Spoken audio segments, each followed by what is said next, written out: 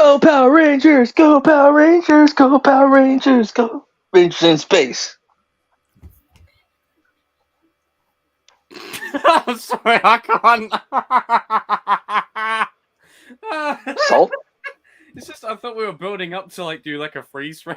Just go straight into it. I like that there, the two. Everybody give a massive, massive, massive welcome to the one, the only TCEK with those two remotes. Two remotes. Nice and pride, double the changing the channels. And the one, the only Sam Sim. Hello there. Wow. Hello there. Oh. The goated one. The goated one. With a fine collection of hats back there. And look at that sword right there. Marvelous. I need to know where that sword's from. And of course, the one, the only MMA King Kreese Jr. King Shark is a shark priest, Danny Watkins. What the hell? And me. Welcome everybody to another stream. It's been a while. Where have you been? Well, life happens. It's called life. So we're back. That's life. We're here. Any second now, Darius will pop in and he'll have like a Thor entrance or something. But it's going to be a juicy stream. We've got a lot of stuff to cover, and I was going to read out what's in the title, but then I realized I'd be stealing Danny's, mission objective. So Danny, read out the list that you have constructed for this stream, sir. Let's begin. What the? I don't know. I want to try something new. Anyway, let's go ahead and get into this right here. So, for our starting subject for today. Okay, so we all saw the Oscars. Does anybody watch the Oscars? I don't watch the Oscars, but I really saw bits and pieces. We had some controversial and some. That's really it. Listen, I'm gonna say this. Oscars. The first thing that we're talking about is the Oscars does not put seasoning in their food, and if you know my lines, and if you read between the lines, and I'm not throwing up the middle finger either. Angela Bassett was robbed. That's what it is. And then it's fun. Danny, when he says don't put seasoning in their food, if you know, you know. Carry on. Anyway, and this for our DC segment, we kind of got it's going to be a little bit of mixture. We're going to talk about Shazam 2, as my man TCK would say. It was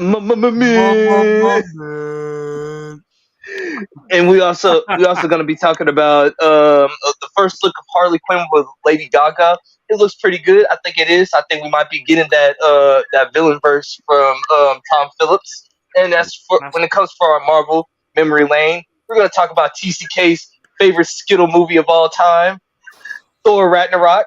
And we're also going to be talking about the Punisher coming back too.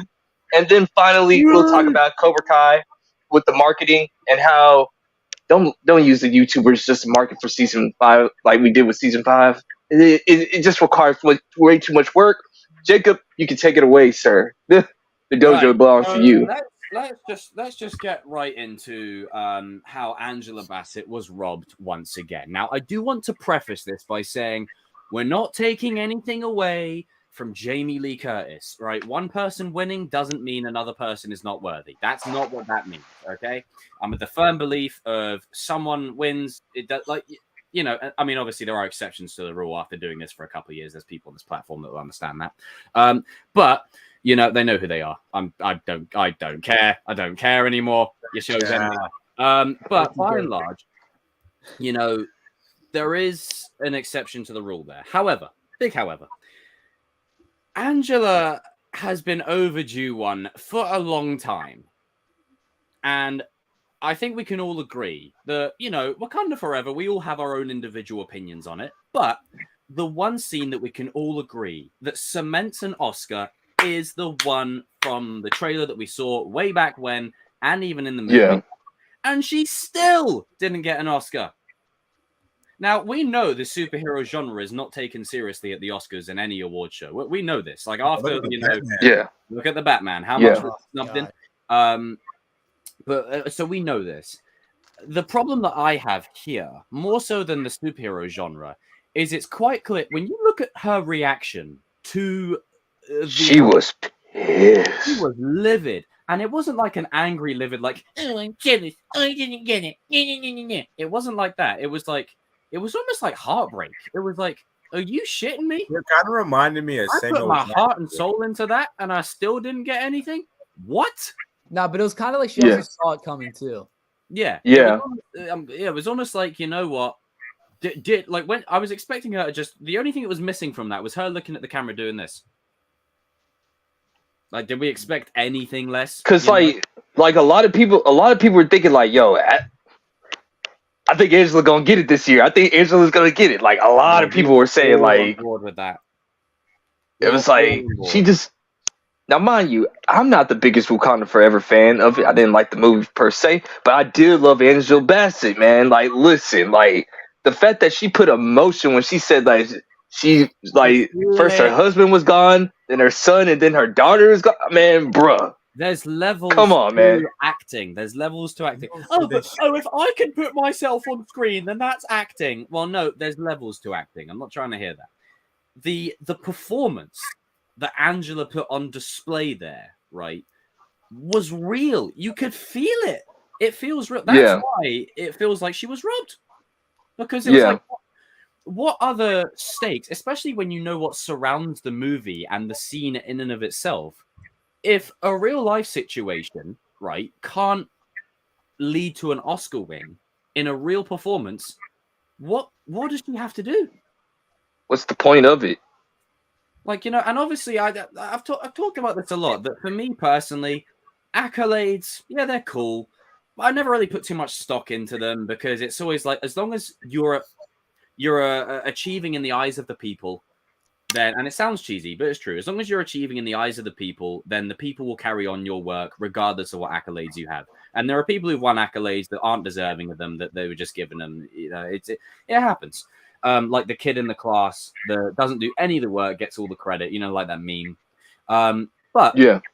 where it's heartbreaking here is it feels like that it further highlights that not only the disrespect to the superhero genre for one thing, but the way that not only do the Oscars, as you say, they don't put seasoning in their food, but also there's just so much surrounding it where I'm like, what does this woman have to do to get an Oscar? Every single man, woman, child, and their dog was rooting for Angela Bassett to get that Oscar from the minute the trailer dropped. Like, from the minute the trailer dropped, everyone unanimously said that scene is going to be Oscar worthy. The movie comes out, still the same opinion, still doesn't win it. Her performance, no disrespect to the other nominees, but like her performance It's was another level above. She put her heart and soul. You could tell, like she's like, she was like in that movie, bro. It was raw. All emotion, man. Yeah, She had the quivering lip as well. Like I mean, you know, like come on, I'll tell you like my biggest issue. My biggest issue with the Oscars right now and their nominees, they're nominating two people from the same movie. Yeah. And it's getting it is unfair. I'm sorry, because you're disregarding one per movie, new rule. Especially when the same movie wins the whole night. Oh yeah. Like, with disrespect to Everything Everywhere, that's a great film, but they just swept the award. It's like, this is not even the Oscars. This is just Everything Everywhere bowl party or whatever. Like, it was just they had to fill a quarter, as they say. And that's a great point that you bring up. Like, I get there's sometimes a movie that comes out and there's multiple accolades it could win, but I think you have to limit it one per project, because otherwise you're relegating so many other projects. Whether you're showing your bias, or you're biased. You know, it's like, for example, to you guys, like this Oscars, like, I'm glad that it was some of the like Brendan Fraser, like he was deserving of the award. 100%. Agreed. But for like, if you start giving a movie almost every award, you're showing your bias. Then what's the point? What's the point? And what's the point of the other movies showing up? If there was like a YouTube award show, I wouldn't want. I mean, to be fair, I would, but I wouldn't want us getting all the awards, because there's other people who are deserving of getting like a 5-minute, slot of recognition. This person's achieved something.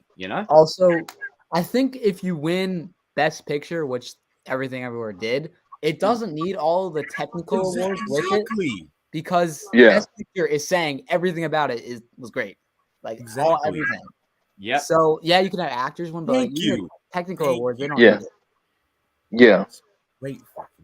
That's a good point as well. Like those kind of Great. awards, they cover a whole general consensus of the like. If it's Yeah. best, then generally speaking, it's got the best sound, the best whatever. You know, generally speaking. Hey, he's here. Kind of. But What about the best we sound work and with it. everything? Damn. Bro, he's like that meme where like the Frozen dude.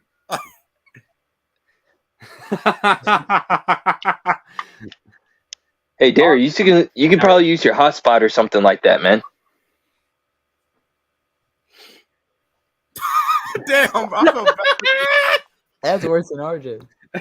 It's just Well, like mine's will get fixed. It's been doing this for like a few weeks now. I don't know why. it's because they're coming for us, man. They're coming for us. It's official. I think Evan, he's freaking Evan, man. He's putting in work. Freaking Evan. Freaking Yeah, Evan, it's all man. out. But yeah, no, it's a good point. That it's like, you know, I think limiting it to, I mean, you can still nominate movies like for all the he's gone again. For all the individual, you know, awards like best picture, Yeah. best sound, whatever. But I think when you have one film that, let's say, has 5 nominations, you got to look at that and go, okay, we can give it all 5 of those. But as much as I think the Oscars are a fest of people going, oh, like, you know, no one gives. But my only thing is, like, I get what you're saying, No, but then actually, it's also no. Sorry, Adam. But you know, it's one of them kind of things where I think splitting it evenly is the best way to. yeah, that is true. But then, like, it also just said, but like, what if? And I'm just saying, like, what if that movie did that? You know what I'm saying? Because yeah, we can do it like evenly, but you also open up the can of words of like, no one's gonna be happy. That's just my thing. It's like it's not like always cut and dry. Like, you know, there maybe that movie was that good in that department in there, and you can't scrub it because, you know. I think it really is just such a biasy thing because I haven't seen everything everywhere, but I did my research and everyone's saying Jamie Lee was probably the last one in that category to win. Yeah, she was barely in the movie. Yeah, so but she's also like a well-known actress who's never won an Oscar before. And I said earlier they nominated 2 like people from like a movie. They've been doing this like the last. I don't know why they keep doing this, but they picked her over the other girl that had a bigger role than her. Yeah, she was better than Jamie Lee in the movie. You know, at first, no, I didn't on that, someone said that Jamie Lee won it for Halloween Ends. They were trolling me. That's what I was about to say. Like, I bet it was because of Halloween Ends. And I said, I hope you're fucking joking. Carry on. I bet it is because of Halloween Ends. They probably said, like, listen, for all those bad years of doing that, here you go. Like, even though I just don't believe you deserve it. Pain from carrying that whole franchise. Like, they gifted to her or whatever, but like I said, I mean, even she was like, did I really just win that? Like, even with Leo, like, how long did it take him to win one? And the one that he won it for Revenant, but in my opinion, like, Revenant was it was a good film and he was great, but it was his weakest one out of the bunch. Like, that's not the one I personally would have given him an Oscar for. Like, God knows how many times Denzel has been screwed over. Like, Denzel been screwed over. I can go on a whole entire rant, but I'm just for the sake of the stream. Denzel has won one though. You haven't given Angela Bassett one. No, I'm just saying, like, for like, as much as I love Training Day, I'm like, he plays a road cop, dirty cop. Like, apparently he's received 10 Academy Award nominations. Who, Denzel? Yeah. Yeah.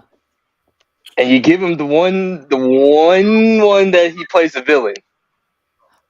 Is it too many on the nose? I'm not gonna say that. I'll let you figure that one out on your own. I'll let you figure out that one on your own. Seasoning, Danny? That requires some seasoning right there. Like, now I ain't that type of guy to like put that type of stuff out there. But like, even I can say like, but it's legitimate. There is some ground to it. You know, it's just. I guess the larger point that I'm trying to make as well is that, you know, the Oscars, whenever it pertains to their awards, they just don't give it to the right person at the right time. Yeah. So when are you going to give it to Angela for like a performance that she might give down the road that isn't as good as this one? It could be a publicity stunt, honestly, so people start talking about the Oscars more. Good point. After That's a that good little, point. Yeah. that little slap, you know, it's. But like the thing is this, like they're losing viewers every single year. Like they cannot keep on going down this, like just giving it to the people that they know they're supposed to win. Like I don't want to harp on it too much, but it is a good point that, you know, with that, when the slappy do stuff happened, everyone that was involved with the Oscars wasn't thinking, "Oh, controversy." They were thinking, "Oh, controversy, views." Yeah. I mean, you saw how they milked. I don't know if you guys saw this, but they joked about the slap around every other commercial break. Yeah. Like they were milking it. Yep. Yeah, Jimmy Kimmel, bro, you were milking it. Sorry. Yeah. Yeah. I mean, the one that was doing like the opening speech was like, you got to get past like Adonis Creed, you got to get past Mandalorian. Oh yeah, milking the others. Also, it's just Oscars hate superhero movies, and I don't understand. Yeah, because let's be honest, everybody or most people recognize Angela Bassett in that role out of anybody in that category. Yeah, sure. And I guarantee you, if this was not a Black Panther Marvel movie, or even if it was a DC movie, like other movie that wasn't superhero related, then yeah. It's just like Jacob says, it's that twirly mustache people like. If you watch most of Angela Bassett's scenes in the movie and just her scenes, you wouldn't even know it's a superhero movie. Yeah. Like you really wouldn't. Like that's the thing. Like it's. I remember having a conversation about this with someone. It's like, yeah, okay, it's in a superhero film, but you take that scene out of that movie and you just look at it as a scene, the way it's directed, the script, the performance. If that was in a regular movie, holy shit, it would be like, oh my god, 5-star. Where has this been all my life? What are we doing? But because it's in a, because the fact that I felt her emotion. Like that was the only time that I felt emotion through the whole entire movie when I was watching it. I was like, was like chit chatting the whole way in like while watching it. The minute that scene hit, silence. No one said a fucking word. No one said. She just straight. When she just straight up said like, I don't like your mum or your grandmum was like spitting the truth at you. Like that's what it was like. You shut up and listen. Yeah. Like, if you think you're right, it's like you're gonna shut up and listen. Like nah, mumsy thing. It's like the fact that she says like, first I lose my husband, then I lost my son, and now I lost my daughter. You're banished. I was like, yo, woo. Fucking amazing. He's just like killed her off, but that's a different. No, I agree with that. I agree with that. I don't think she should have got killed off, but you know, I mean, right with that. Is what it is.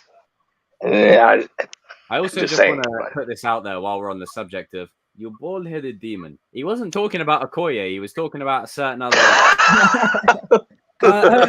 You know, let me set the scene for you. There you go. Enough said. Come at me. Come at me. Smoke. No, but my thing is this: like I know we talked about this last year about like the Oscars not respecting superhero movies, but come on, man! Like they gotta give like. Oh, come on. Oh yeah, on that subject, the Batman should have won best score. Oh my god! Yeah. Go on, RJ. Oh. First off, you don't nominate it for best cinematography. Are you kidding? Greg Fraser. What are we? No. Listen. Oh crap! I get it. Wastelet. Like, if you don't want to nominate the actors, fine. But you gotta give it. No, it not giving best cinematography is a damn cinema sin. All right, I'm sorry. Yeah. That was ridiculous. That cinematography was on point, and I will go as far to say it should have won. I am going to go there. It should have won best cinematography, but no, they wanted to give it to a good old war movie because We love war. Hey, Like, hey! Be very careful with where you tread, sir. No. Very Let's go careful. there. Be very careful. No, Top Gun Maverick is freaking goated, right? Hey man, Top Gun. Like I don't even like Tom. I don't even like Tom Cruise. I'm not talking about Top Gun Maverick. The damn Germans. Get out there. I'm not talking about Top Gun Maverick. I'm talking about cinematography. The damn Germans. I'm talking about that movie. I'm pretty sure one movie won a cinematography. Right? Yeah, it did. I'm sorry. Which one won it? The All Quiet on the Western Front. Oh Jesus! Oh yeah, give it to the Batman then. No, of course the Germans won. Well, I was gonna say this. You know, since like there's been a history, and you know who runs Hollywood, like you would think that they would not like give it to that movie. By the way, like, did you see what Seth Rogen said? What did he say? I can't say it on the stream, but I'll send it to you. Oh, okay. Like off after hours. Like, Sorry. It's one of them hush hush. But also original score. It didn't even get a nomination. Yes, it didn't even get a nomination. Michael Giacchino absolutely decimated that score. That's crazy, man. That should have won. The German movie won the score too. Oh, what? They knew what they were doing. They just didn't want to give it to the Batman. I'm sorry. Yeah. If it had lost to Top Gun, I wouldn't be as angry. But they gave it to that movie. Yeah, like Top Gun. Wrong. And Batman, in my opinion, are the two best films. Well, in my opinion, I know. The whole year has been saved by those two films. Yeah, we were talking about that. Well, I already know why they don't want Top Gun Maverick to win. Like, you know, in terms of the mainstream movies, like I'm not talking like indie projects, like but big budget movies. If it wasn't for Batman and Top Gun, what the fuck came out this year that was any good? Yeah. Like, seriously, what came out this year? Can we remember any of it? Nope. I mean, I don't remember anything about very soon that was mid again, more mid, further mid, more mid. Darius, get in here, sir. Damn. What? Darius, chime in. Get in there, sir. We've been just get as much as you can out, bro, before you disappear. Like, the Batman getting robbed. We've been talking about Angela Bassett getting robbed. Just have 5 minutes, sir. 5 minutes of going off.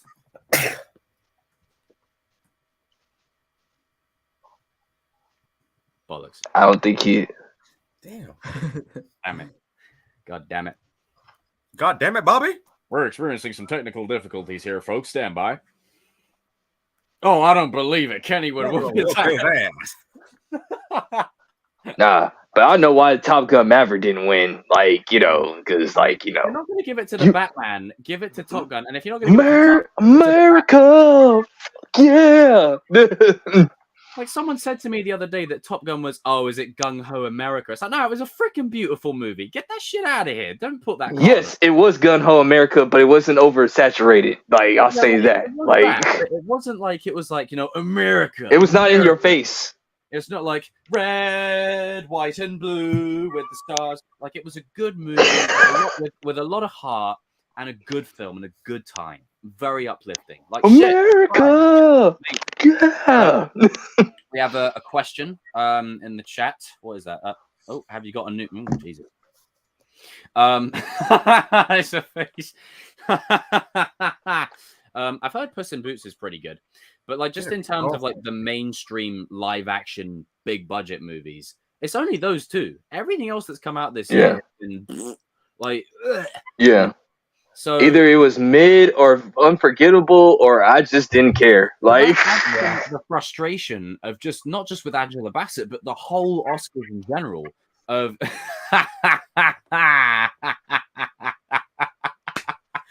the whole frustration of it in general, where it's just like everything is getting robbed. Like it's ridiculous. It's stupid. They're cutting these movies. No, you don't say that line yet. I was saving that for late. Damn it, RJ.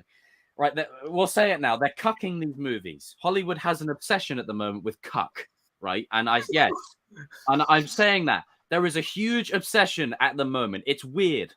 It's very weird. Well, I'll tell you why. It's because once again, you don't need to tell me your category. I'm just throwing that out there. Well, when you have a bunch of beluga whales with blue hair with chip marks like riding your stuff, of course it's not going to be great.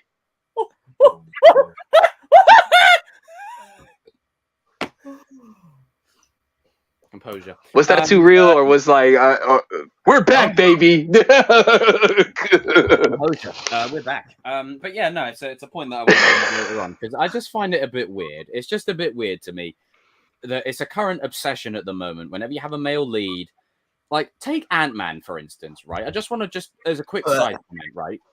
Hank Pym's existence in that movie is to be worse cucked. than mid. To be cucked, not once but twice. No, shit. Like no joke.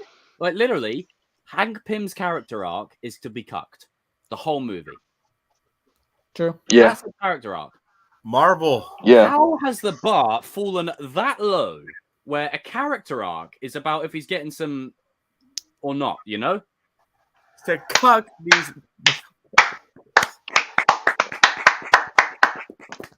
Brilliant stuff.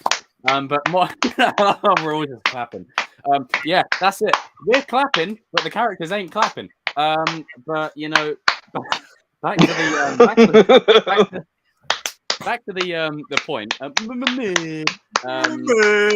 with the Oscars, it's a sad affair. But as I've talked about a lot, if you're not going to give Logan anything, if you're barely going to give the Dark Knight, the reason the Dark Knight got any, and I'm saying this in context, is because Heath Ledger. like if you know, right? Yeah. If like the best Marvel and DC movies don't get any nominations, then what will? You know, and that's what makes it hard. I'm still surprised that Suicide Squad won an Oscar for like makeup. Yeah. The first one. Oh fucking Jesus! I'm gonna say something that people might. The biggest piece of dog crap. Hey, Spider-Verse 2 better when animated. Agreed. I think it should. I think it'll. Hey, it might be that's another thing. Maybe not. It could be Best Picture in our opinion, but Oscars won't put it there. No, I mean, like it's not. I mean, they don't listen to us. That's why they have an animated. It should win animated, like best animated film. But Hey, they had Toy Story 3 for Best Picture one year. To me, out of Marvel and DC, the one that really gets more into the Oscar conversation, has more of a chance, is DC because they get. And I say this like not to say that Marvel can't do it, but it's DC has more of those like filmmakers. Like me and Danny talk about this all the time. Like they have more of those like filmmakers with a vision that they do their own thing. Like what? Well, also like you gotta remember, like the Oscars and like Warner Brothers have been like pretty close back in the day. So like I mean like it's that like that too. But like Marvel, it's all the movies are like planned out. Yeah. And you know, Kevin Is Feige, there a plan? It's one director per movie. Okay. I think with that, because like Marvel is more planned out and there's more quote unquote consistency with the story, it allows for less. Is there a plan? In that sense? Hold on. In that sense, where with DC, because it's messy as hell, you can make a standalone movie that's not connected to anything, but is good on its own merits. You know, it's that toss up. That's why I think Marvel. I mean, they won't do it because Disney's like got them by the balls, but they should do like Elseworld stuff so they could get those conversations and get those filmmakers and make like, let's say, a Luke Cage movie. You can make that a separate storyline. Like, Disney wants to. Yes, you know. Well, yeah, but I mean that's just Disney, you know. And I'm glad Cobra Kai brought up earlier, where it's like, you know, She-Hulk gets an 8 out of 10, but Wakanda Forever gets a 7 out of 10. That's the other problem, right? Aside from the Oscars not taking it seriously, we've got a bunch of these reviewers out here now, where it's like She-Hulk doing 5 for both of them, but like y'all being extra nice. I give She-Hulk a big fat 0 because that show ain't even worth I give that a half. A 0.5 out of 10. Small 0.5. How do you massacre well, She-Hulk? Do you know what? At this point, and I'm going to say that I'm sure you'll all agree with me. It's gotten to a point now. I don't care anymore. In the sense, same, right? I care, but this goes for Disney overall. Okay, so Disney, I'm speaking directly to you. Matt Reeves. If you want to keep burning stuff into the ground, you go ahead. You do that. I will sit back and watch and just enjoy what I enjoy. I'll cherry pick and go, you know what? Spider-Man 4, I'll probably enjoy that. Thunderbolts, might enjoy that. Secret Invasion. Hashtag make Tarzan black. Yeah, I dare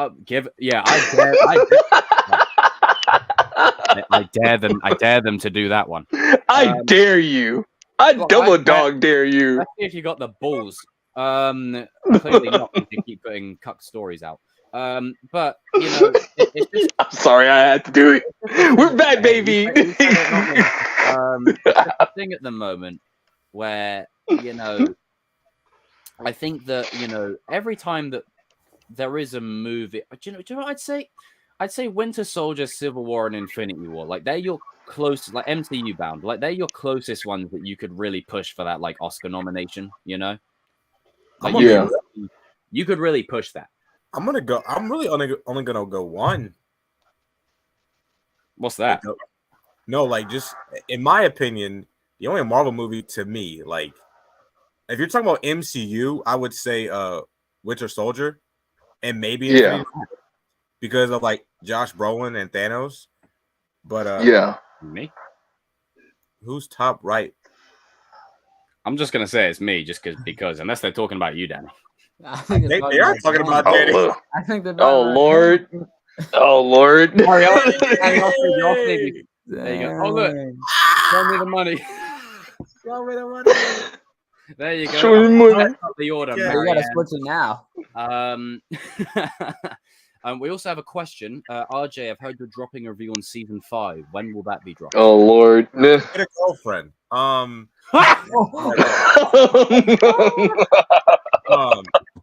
But no, carry on. But my point. I'll say Infinity War and maybe Winter Soldier mostly, but then Infinity War, because of Thanos. I like it. But I mean, it all links together. Like, regardless of have I watched Scream? Yeah, I've watched Scream 6. But like, regardless of where, you know, whether it's Marvel or DC or just the superhero genre in general, generally speaking, the Oscars have never considered them for any awards, and I don't think it's ever going to change. Primarily because the people that around the non-seasoned food people, if you know, you know, will continue that for generations to come. So it's just going to be like, I think, you know, this is cinema. As long as in the eyes of the why did move the fine man from the corner? Grammar. Oh Jesus. Oh Jesus. Grammar. There you go. I'll put him back. Jesus. Oh, Daddy, there you go. Daddy boy. Give you a whole screen of that free anyway, back to the stream. Like, you know, I'm sorry, this is freaking hilarious. Oh God. Dang. No, Danny. You got that one and you got the other one. Oh Lord. You have 11 out of 10 with the Cowboys. At least, you know what I was saying? At least in the eyes of the people, we know what's celebrated and what's worthy of an award. And clearly, in this instance, if there was a Kings of Pop Culture award, it'd be for the fine man over here. So there you go. Oh Lord. You getting your flowers, son. You know, we're already. No, you get the money. Show him the money. Show him the money. Like, this is your kind of shine. I'll tell you what we'll do. I'll tell you, how about this? King, take over. Put the Cowboys. Oh no, the Cowboys. Take over, Danny. It's all you, bro. Oh Lord, man. No, man. Like seriously, overall, like I don't think the superhero genre is gonna be like take it seriously. It's just like Martin Scorsese will say, it's just one big old roller coaster ride, as they say now. Yeah, it's just one big old roller coaster ride. And I think, you know, we talked about this a lot before, and we mentioned it as well on the main King streams with you know, with Shamoon and the others, you know, about how the Oscars just they can never really seem to grasp the concept of the material beyond the fact of what genre it's in, you know, and it really baffles my bollocks, right? How many great products go under the radar just because, right? Primarily, it's in the superhero world, and I hate it. And, you know, bringing it full circle back to where we started this convo, Angela Bassett was robbed. I stand by that. And what's going to happen, right? She'll do a performance down the line. She'll get nominated. and maybe they'll go, you know what? Because you're in a non-superhero movie, we'll give you the award for this, but the performance will be less than it was Black Panther. That makes sense. Oh, and I was gonna say this is gonna be a movie. It's gonna probably be a movie where she's like kind of like put into a stereotypical situation, if you know what I'm talking about, and everything. Like that's probably been frowned upon. That's been said a lot of things down history that we won't go ahead and talk about because you know what, it ain't that type of stream. But yes, that's what's gonna happen. Back to you, Jacob. No worries. I would just also like to take this moment before we transition into our next topic. If you mess with any of the kings of pop culture, anyone, the Source Boy Wonder is coming for you.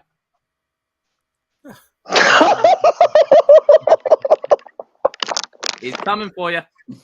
He's coming for you. Get him, Evan. Holy freaking heaven, that man! Freaking out, man. So who's Adam West? No, we're not going to start that conversation. Danny, what's the next topic on our agenda? No, don't start that. Topic on our agenda.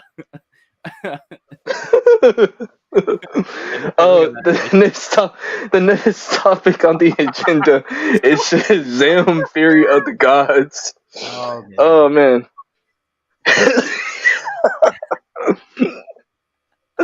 Now, I'll say for this one, right?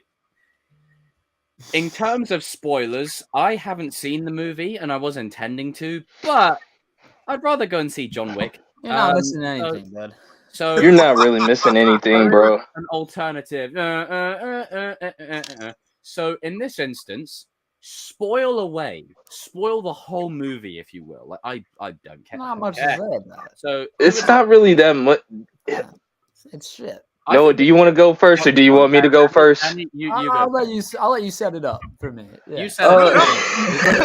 We're giving the people what they want. Shazam!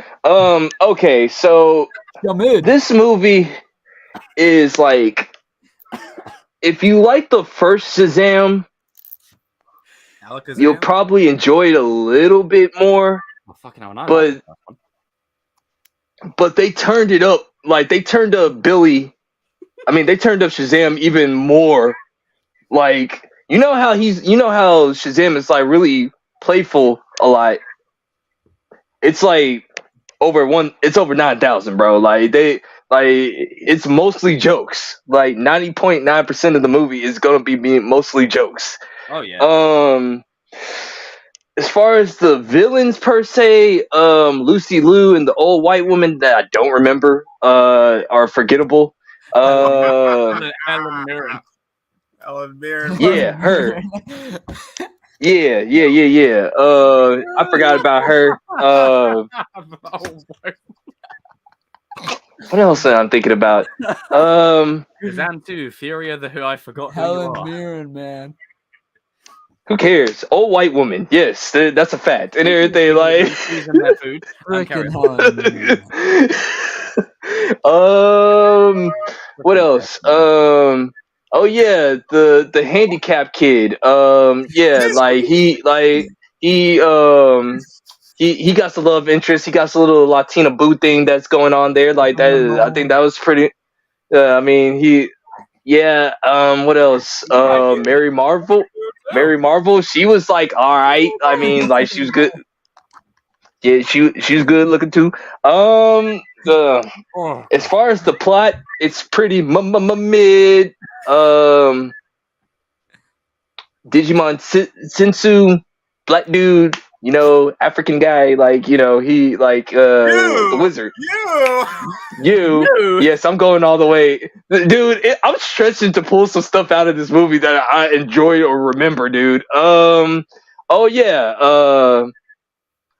Wonder Woman's in here, even though they spoiled their own movie. Like that didn't make any sense. Well, that was kind of like and I haven't seen the movie, but right, this is the issue. Why are people not caring? Well, when you tell your audience the movie means nothing going forward, and you spoil a cameo in the trailer. Now, if you're telling me which one is better between Ant-Man 3 and this movie, go watch Shazam. Any day of the week. I can't. I take this over Ant-Man any day. And I ain't even seen this movie. I can't watch that. Going, I'm not a dick. No, you're a flying bump. It's like at least they don't assassinate. They don't assassinate Billy's character. Like Shazam is still Shazam. It's just like over Shazam. Like it's they got the balance between Ant-Man's character. I've heard they got the balance between the kid and like Zachary's Billy a bit more close this time than before. I disagree. Oh really? I disagree. Oh, they got it far off. More far off than the original. Far off. I ain't seen it, so I'm just merely. That's what I was gonna go into. Somebody needs to tell these two motherfuckers to get in the same room and tell them they're the same character, because they. Yeah. I'm telling. I mean, like the whole entire story. Like, if you want me to tell you the whhole entire story is Billy's afraid of growing up. That's what it is. Like, he's afraid of growing up. Like, all his he wants the squad to stay together. He wants them to do crime fighting together, and it's like it's really generic. It's a generic superhero movie. It's enjoyable. It's not like oh my gosh. Wait till streaming. Yeah, it's like it's not oh my gosh, like I have to go see this movie. It's more like a yeah. Oh, barely in it. Damn. Yeah, that's what I was gonna say. This kid, it's bad. One of my favorite things about the first one. Yeah, it's bad when I'd rather see him in his kid form than him as a superhero. Yeah, I think the kid was better actor than him. You see, no, this is disappointing to hear because in the first, for context, like in the first movie, like I really liked the journey that Billy went on. Like I love that. Like he holds on to the little like relic or whatever that his mum got with him. Yeah. Hey, your turn, RJ. He holds on to that little toy thing or whatever, and he takes it to her at the end of the film, and she has no recollection whatsoever. It has to be one of. It has to be one of the. It's probably Evan. He has it's Evan. Harrison or something. He has no recollection of she has no recollection of it whatsoever. It was heartbreaking. It was like he held on to that time, took it to his mum, and she was just like, "Oh yeah, is this it? Oh okay." Like it was. There was good potential there for them to take it forward. So it's kind of disappointing to hear they don't really go all in.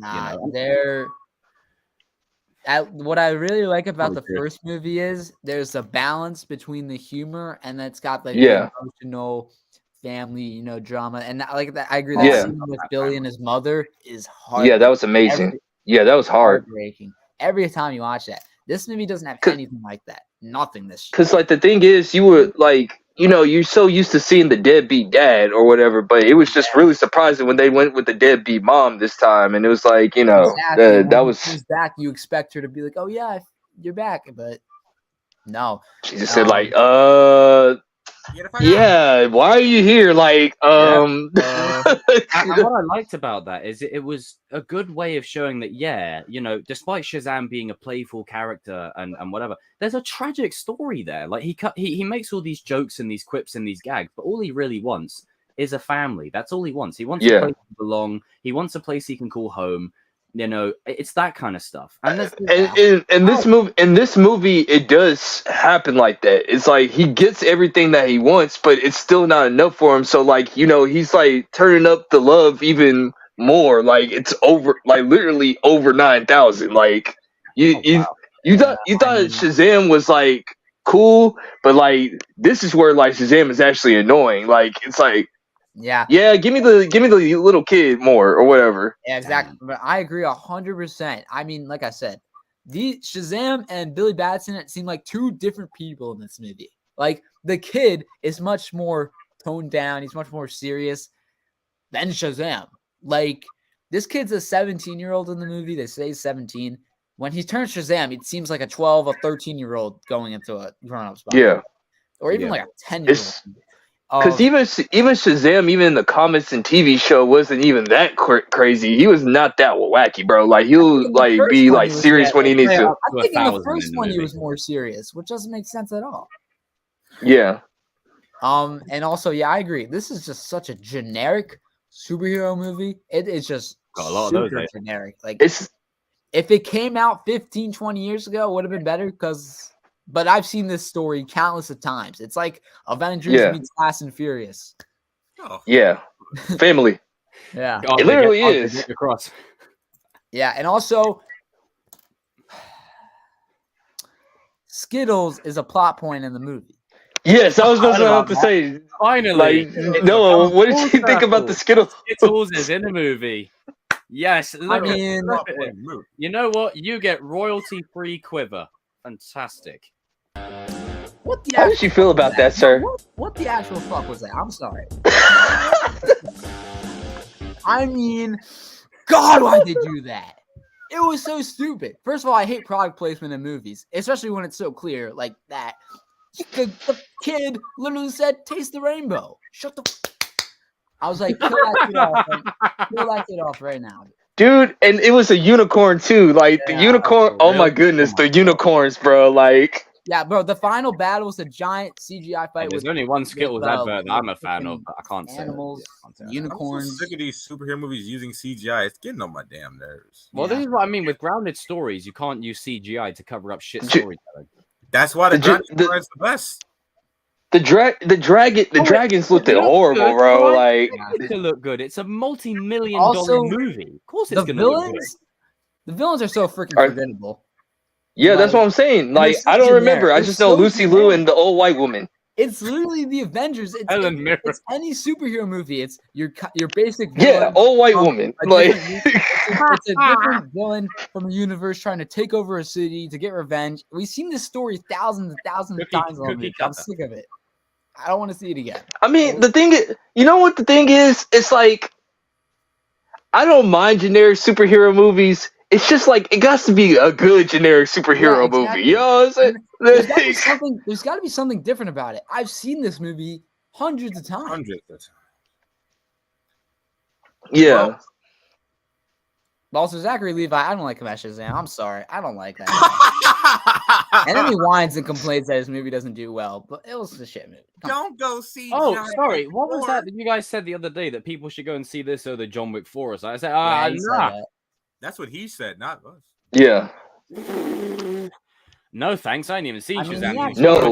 No, Zachary Levi, like, I don't know if him and The Rock have beef, bro, but, like, they are going at each other, like...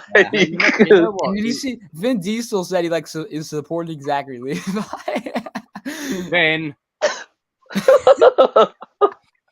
I mean, man, like... Cause like Zachary Levi was on live. He was saying like, you know, we were trying to get Henry Cavill in our movie, but you know, we can't. We like. Can I go on a fucking rant now? I'm sick of this bullshit. He's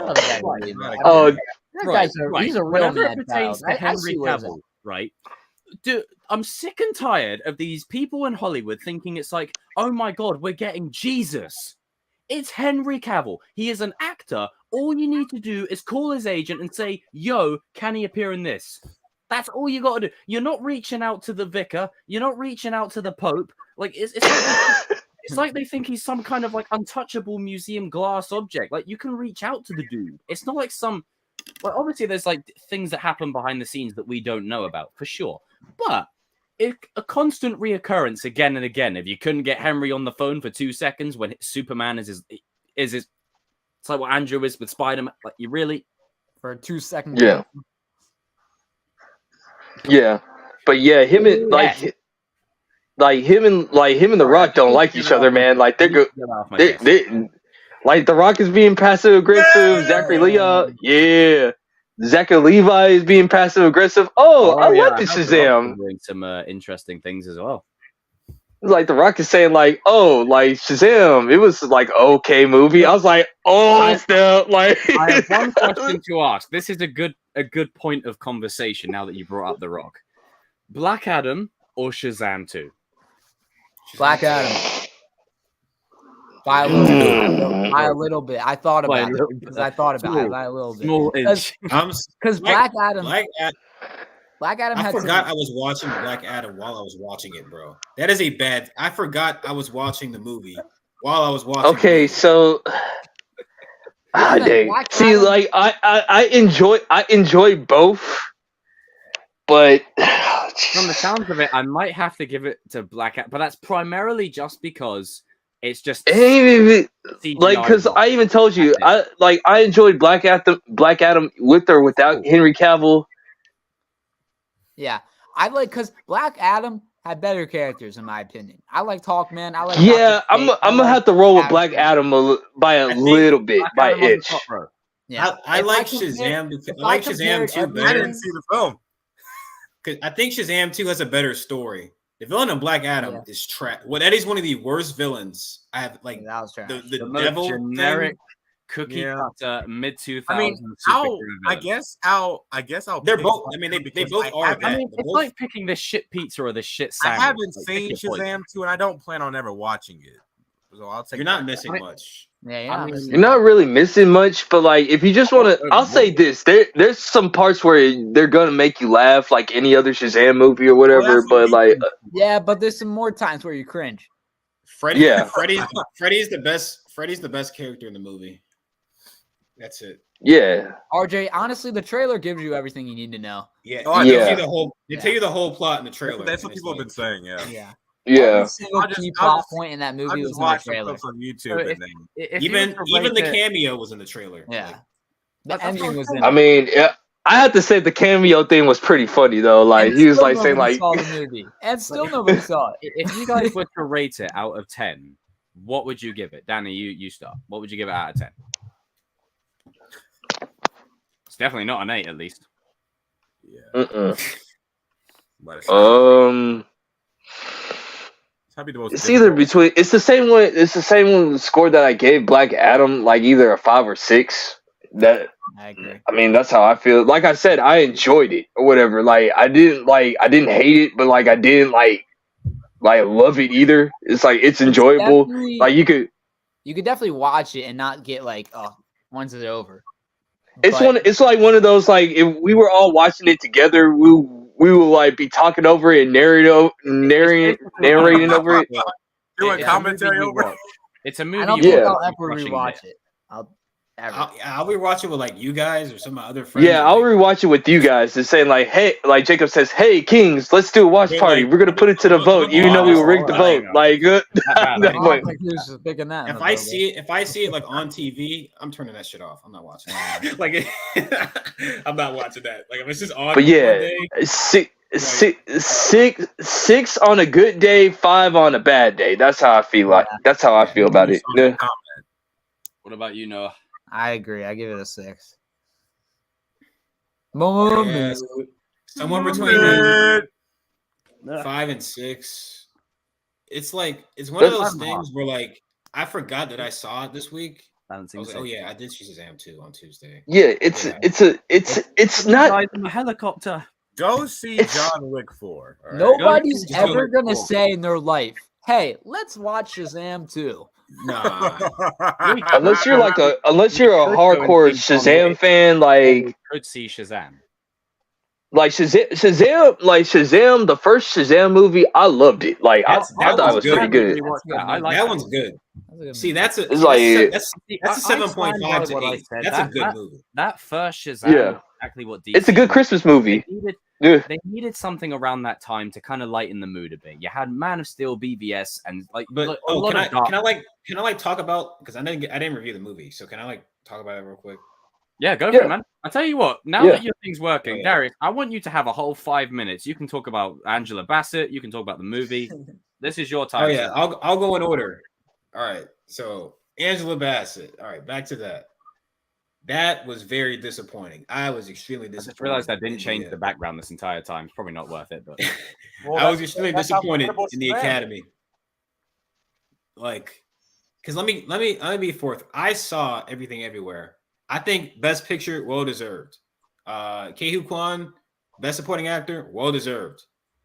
But Best Supporting Actress, like, yeah, Jamie Lee was good in that movie, but she wasn't even the Best Supporting Actress in her own movie. Stephanie Sue was better in that movie than Jamie Lee was. It felt like they just wanted to give Jamie Lee like a lifetime achievement award, which is, I get that. Like, Jamie Lee is one of my favorite Jesus Christ. actresses, but like, what are we doing here? Like, why are we like Some Angela weird ass Bassett? shit right there. Angela Bassett has a long history of being snubbed by the Oscars. This goes back to What's Love Got to Do with It, where she Got to played do with it. she played Tina Tina Turner. and And if anyone hasn't seen that, go watch it. She was amazing in that. Like, she was amazingly good. One of the best performances I've ever seen. Like, no exaggeration there. And she didn't even get nominated, I'm pretty sure, for that. And there's been other performances that she's had where she just hasn't either not been nominated or she was nominated, but she was never really seriously considered. And this is just another example. Whatever you think of Wakanda Forever, personally, I really like it, but I get people who don't. But one thing everyone agrees on is she was fantastic. And to not even like, if she's not going to get nominated for this, what will it take? What is a comic book movie going to have to do other than Heath Ledger passing away? Unfortunately, what's a comic book movie going to have to do to get one of these performances noticed? Exactly what I was saying. Be like Taxi Driver. Not going to be a situation that surrounds. Be like Taxi Driver. What will it take? Like, what will it take? Yeah, like you got like Joker, like Joker's a comic book movie, but Joker's barely even a comic book movie. It's just Taxi Driver with like it uses the IP, but it's not a comic book movie. It's a movie with a comic book character. With a basically. It's basically It's basically Taxi Driver with the Joker skin put in it. Like, it's not even pretty much. It's really the same movie as Taxi Driver. And it doesn't mean it's not good. It's good, but right. Fucking I just don't. The Academy, I just don't get the thought process. It's like, I'm just gonna say it. It's a lot of old, out of touch dudes who don't watch. No seasoning in the food, Darius. No seasoning in the food. They don't watch. They only watch one type of movies. They don't want to give superhero movies and action movies. That's another one, by the way. A chance. They need to give a stunt category, please. Can we get? Yeah, for real. Just do it. Let's do it. Let's put their bodies on the line. Yeah, exactly. I mean, we can nominate the 4 for that skit. Best comic book movie, best action movie, something. Because if you're not going to give, come on, man. Like, these movies deserve to be highlighted. I don't know, man. Disappointing, extremely disappointing. And then, like, for the people out there who were calling her a sore loser and saying that she didn't have any right to be upset. I hate that. Yeah, that's not. First off, bro, that was stupid. Librarians. Like, you don't get to tell someone how to react. That's not how that works. Somebody works hard when you in a production where she lost a friend of hers. First off, Chadwick Boseman was a friend of hers. Also, it's very truthful, and I think that Angel Bassett's very real. I'm sorry, but let's be honest. Some of these Oscar nominees that are doing, congratulations! You're probably boiling, pissed off inside. Get the fuck out! That passive. I mean, that's not a bad thing to do because look what happens when they don't. It's competition at the end of the day. They all want to win. You remember when Joaquin Phoenix won his Oscar, right? You remember when he won it, and Adam Driver was up for Marriage Story. Now, as great as Joaquin was in Joker, that could have gone either way. Like that was could have gone either way. And when Joaquin went up, it wasn't like, oh my god, this, that, whatever. It could have just gone either way. But when in your heart of hearts, and everyone around the world is telling you, and everyone else is behind you, and you still don't win, what does it take? Yeah, I'm telling you, the look she gave was like, yep, I saw this. It reminded me of Samuel Jackson for Pulp Fiction. He was like, shit. Or like the time when Denzel should have won for like Glory. He should have won for what else? He should have won for Malcolm X. Oh, there's a whole load he should have won. Like, I know it wasn't on the ballot, but I would have gave him an award for like Remember the Titans, Coach Boone. Like he great in that. I love it. He gave him an Oscar for making him being a dirty cop. Anyway, ain't that type of stream. Ain't that type of stream. You don't want to say it, but it ain't that type of stream. It ain't that type of stream. It's just it ain't that type of stream. It just goes back to what we were talking about a long time ago, where there's this divide in Hollywood between the film bro types and the like casual viewer. Like it keeps getting worse. Because the film bros say, well, your movies have no depth. The film bros say, well, your movies have no depth. Your movies have too much depth. They're boring as fuck. And then the casual will say, Real movies make no money. No one watches them. That's the whole debate. Listen, That's I true. As love. someone who likes both, who dabbles in both, it's annoying. Listen, It really I is. love good, bad, and the ugly, but like that's not a movie that I watch all the time. Like I gotta be in a specific mood. Thank you. How many 5-star movies out there? Like take Joker for instance, because it's relevant to the conversation. I love that movie, and I dare I say it, if we put it in the superhero category, just for argument's sake, it's probably the best one ever made. The best made one, yeah. But I have to be in a certain mood to watch that movie. Yeah. Because that movie is an experience. It's not a movie; it's an experience. Whereas, Meanwhile, Civil War, I can throw that on. I can put on Civil War or Like- No Way Home or And Winter it's not Soldier to anytime. Like it's not to negate Civil War, Infinity War, or whatever. But there's movies for different like kind of things. There's some that are cinema, and then some that are just cinema, you know. And There's levels to it. I was gonna say like there's some films where you just want to actually like you want your head to actually be thinking. You're thinking of something, and you just need an interesting movie to watch or whatever.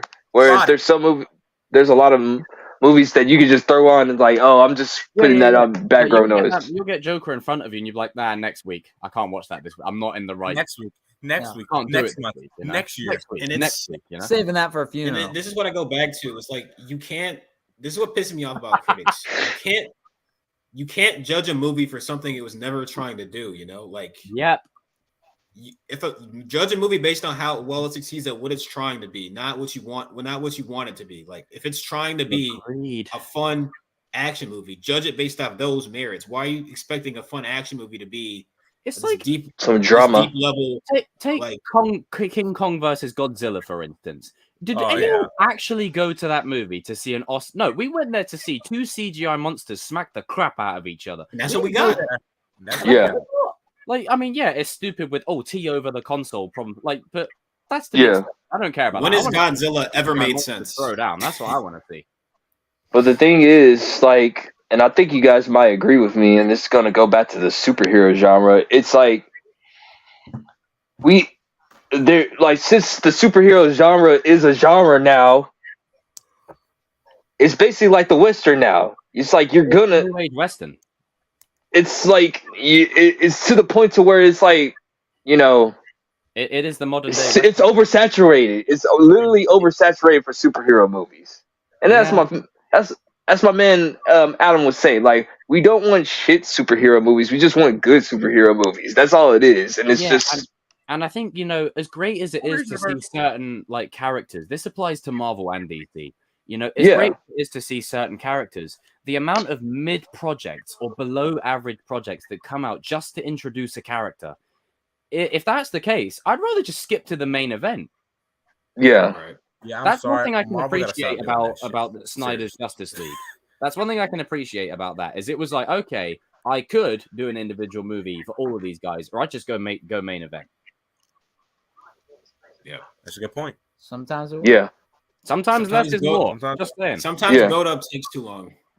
Yeah. Too long. Especially because you've got like how many companies now are doing superhero movies? I mean, you got The Boys, but that's its own. That's like a Deadpool thing. That's like a mockery. That is perfection. But you've got Marvel, DC, Sony. You know, you had. Can we not count them, please? Can we not count them? They're part of this argument. They're there, man. They got the number one hero. Even after the Disney Fox merger, that was still recent. Like Fox X-Men was still recent. It wasn't that long ago. So that's still another load of superhero movies that are in the mix. Like fatigue is very real. It doesn't mean that, you know, people won't watch or the interest isn't there. It's just that we've had so many of them. There's only so many times you could do the same movie. Yeah. Which is why Shazam 2 is the way it is. It's like, I don't think it's that people are tired. People just want to be amazed. Like, some of these movies that are coming out are not necessarily bad. Like 10 years ago, they'd be considered good. It's just that we've seen like so many different versions. I agree with this comment. But my thing is this. It's like I told these guys earlier, Darius. Like, there's nothing wrong with generic superhero movies. There's some times where I just want a generic superhero movie, but it has to be good. It's gotta be nail what it. If it's gonna be generic, at least be a good generic. Be good at being generic. Like, That's it's the kinda same different. argument. Because the first, look, honestly, the first Shazam was a good generic superhero movie. It literally was. Yeah. That was good generic. Like Yeah. even like It was on that, generic. when you get a movie that has tropes and is very tropey. Like take Southpaw for instance.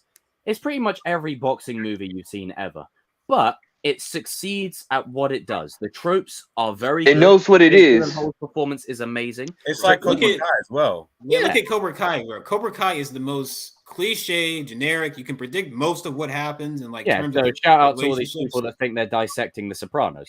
Like, it's not difficult to predict at all. But that's not It the really point. isn't. So when it We happens, need to I don't cook. need to go. You Yeah, know, that's- But that's- that's you not need the to point. It's not supposed to be difficult to Damn predict. it. That's like Yeah. It's like when I first met you guys. I told you everybody's trying to like in the superhero genre. Everybody's trying to make this Luke, I'm your father type of moment. You don't need that for every single movie. Like you really don't. Sometimes it works, but sometimes it's like, what are we doing here? Like, what's going on? What are we Like, doing here? What's going on? Why are we? What are we doing? Why? Why are we here? Why are we here? Why are we? Not Well, to mention, we when talked about not this to for 2 mention, years. most of the time when they try to fool us with these twists, you're basing it on comics. So we can just, if you know the comics, you're gonna know Exactly. Like that's what's really Yeah, like Far From frustrating. Home. Ugh. Is with a lot of the movies that are coming out, oh my god, I'm glad you brought that up. Everyone's like, oh my god, Mysterio's an arsehole? Man, that movie's shit. He pulls this stunt all of the time. I All like the movie. time. It's like, The source material. There's like, one no, it's thing just I like, just remember watch- about it's like, that it's like in movie. Hawkeye. Oh my god, Kingpin died in Hawkeye. First off, have you ever You're watched? an No, the he movie? didn't. Have you ever Yeah, watched the movie? That's literally before? from the comics where she shoots him in the eye. That's from the comics. Not to mention, even without that, you ever watched the movie before? If you don't see the body, Or just watch. they're not dead. Like, Or just come watch on. the. Or just watch the. If that's too much for you, just watch the cartoon. Just watch the animated series, the cartoons. Like they give you like a lot of information right there too. Like we're gonna do right with like the street level stuff from the MCU. I'm looking forward to it, and it doesn't mean everything. But I'm worried about it. But generally, I'm worried about it too. Right, hang on. Generally speaking, a lot of the stuff we're gonna see was in that Spider-Man animated show, just live Yeah. action and Yeah. better done. Like hopefully, touch wood. But it's like if you know the source material, it's like, oh my god, we're at a point now where it's just like, oh my god, that's what Secret Wars is, a multiverse war. Oh, I don't want it's a multiverse. It's been out for 30 years. Been out for 30 Yeah. years with 2 versions. Yeah, dums. Yeah, I mean, dumb obviously, dumb. it's not going to Say be that wrong. exactly. It's not going to be exactly the same. They're going to keep us on our toes. Bloody hell, They're going get to a change girlfriend. things. You're the girlfriend. Most, by and large, it'll be the same. Okay, what else are we talking about? what's your review on Shazam 2? Oh yeah, so it was enjoyable. Man. The action was good.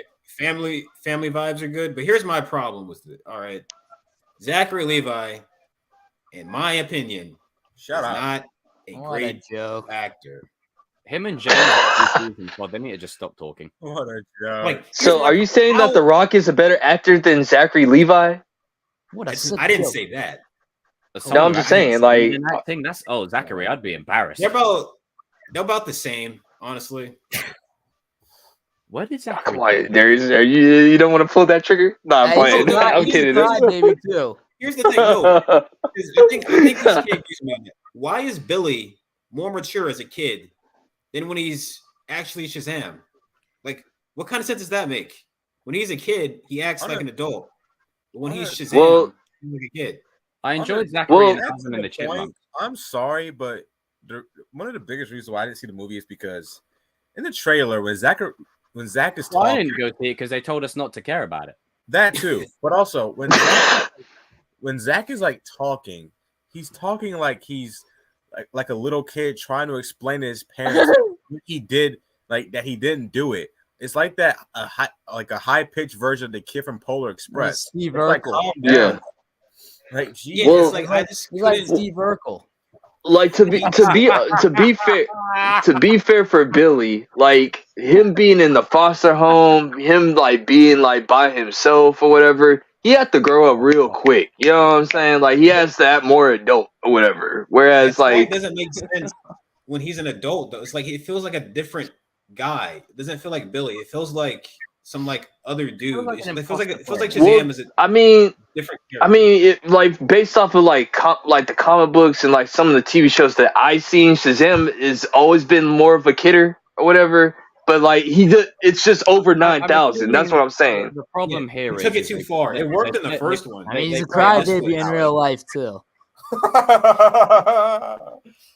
Oh yeah, and then, What and you then gonna say, Dave?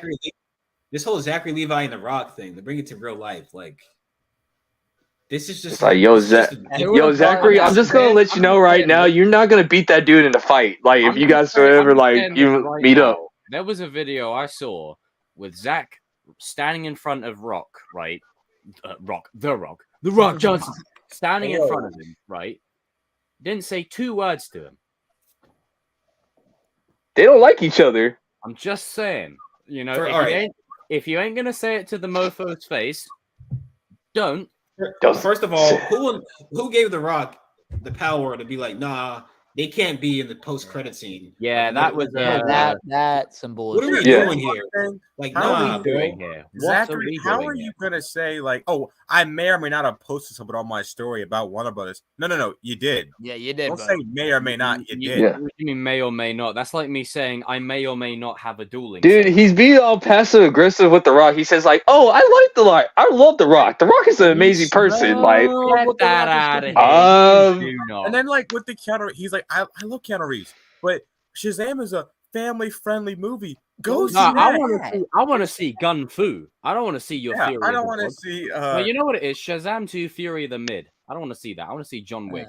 Okay, and then even if Mid.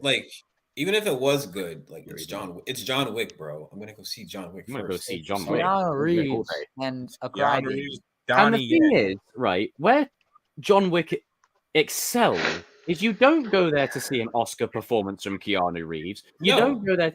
You go there to see Keanu being Keanu. Basically. Keanu Reeves has like 10 Yeah. lines in the movie, bro. He barely says Like, it. I love Keanu Reeves, but his acting range is limited pretty much to I'm thinking I'm back. Thinking I'm And back. I it's love that. like it goes back to those like old like 80s and 90s movies that we all love. It's manly movies. Like that's what it And the is. thing is, everyone gets in on it. Like you got Halle Berry in there in the like previous one. You got Yeah, Donnie Jason Yen up on this Statham. one. Yeah, Lawrence Fishburne. Yeah. I mean, the Matrix references are goated. Like, it's like when you go see a Tom Cruise movie. You know what you're gonna get: epic stunts, a lot of running, and great score. Like, you know what you're gonna see, right? And that's why we go to see it, because it's entertaining as fuck. Like with Shazam, Yeah. like, if I'm picking on the day between Shazam 2 and John Wick, I'm still Yeah. picking John Wick.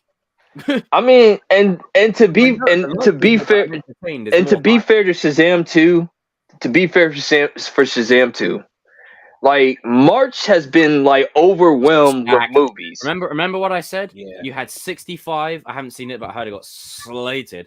You had Creed. You had what else? That Scream. Dungeons and Dragons or whatever. You got all like these movies releasing right next to each other, back to back. Like it's And so then like stacked. and also like let's not forget DC set themselves up for failure by announcing the reboot and being like, well, this doesn't matter I know. now. So and you know now what? We've still got 2 more movies.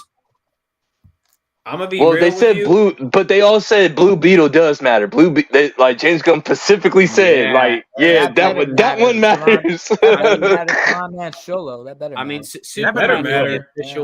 the official DCU start, but Blue Beetle, for all intents and purposes, is the first unofficial. I feel like what they did with Blue Beetle, they took out all the DCEU references so it'll fit into the DCU. yeah, it'll fit. Yeah. But Like James Gunn made sure Yeah. specifically, he said it like when he was like hosting his slate, he said like, what they should have yeah, done- this is part of our universe. This one right here, I like, know that we needed clarification and whatnot.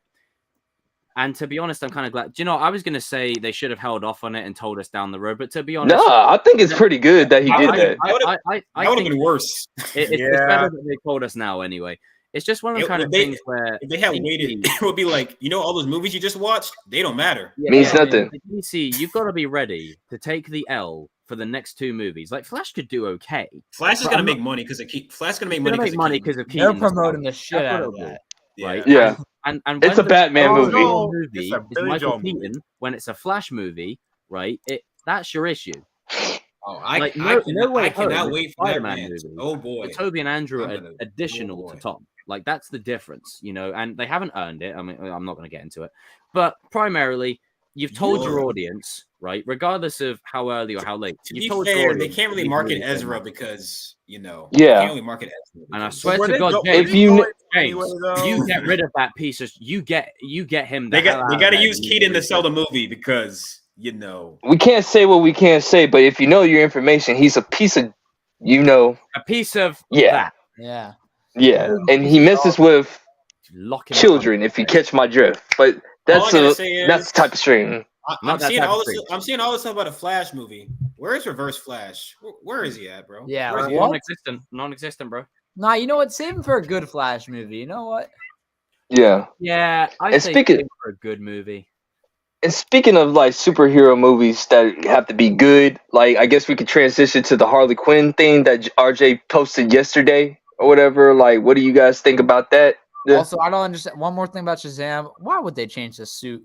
He had a perfect suit in the previous. That's one thing movie. I'm getting so sick Do and you know tired what? of. I They've read been doing that forever. Changing the No, damn no, suits just No, for I goddamn read that they movie. changed the suit because they weren't sure if it was going to be part of. Yeah, the but like toy they had a sales. comic Toy sales. accurate. Boys, Well, Toys. Toy toy sales. sales, Gotta of sell course, but, toys. like I think that was the other reason. It doesn't even make sense though. yeah, It's because not like being the taken suit's off magic. and So how did it changed. change? Yeah. So wait, we're talking more about the Flash and no, we're not. No, we're not. No. Wait, Wait until June 12th, whenever that movie comes out. I am going to. If that movie is as You know bad what, as I think Darius, it's you're going to getting be, a whole half hour to yourself. oh boy, What do you mean by that? James Gunn, you got Bro, James what Gunn do you mean saying, by that? bro. No, can we talk about that What do you mean? Tom Cruise post? What was that? That seemed like fake, bro. I'm sorry. Do you that know seemed what, fake. right? When you The need to Tom Cruise- constantly get validation that your movie is good from this actor or that director or this actor, I'm starting to question the validity of how good your movie actually is. Like Warner Brothers, what are we doing here, bro? What are you doing? Tom here? Cruise said he loved the movie. I'm watching you. But like, why are you telling me that? Why you keep that? What Show, does that mean? show.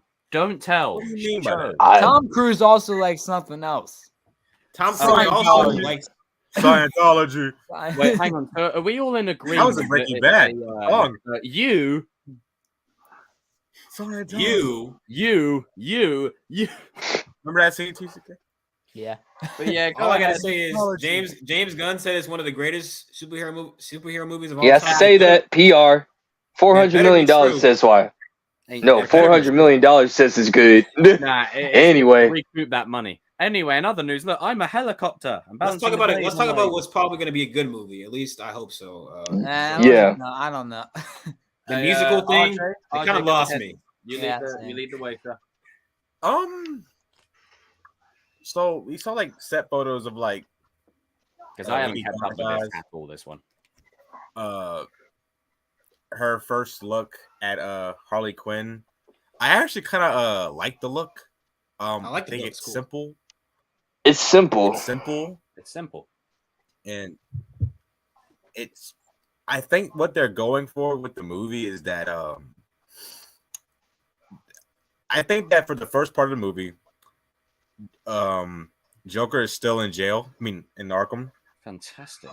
and I think that I don't know if Harley is his lawyer, but I think, which I actually would like that if she was. That would be a good twist. But Yeah. I think what it is that they both meet in Arkham, and then instead of her being like I think that she's a patient of Arkham instead of her being You're gonna like, have the voice.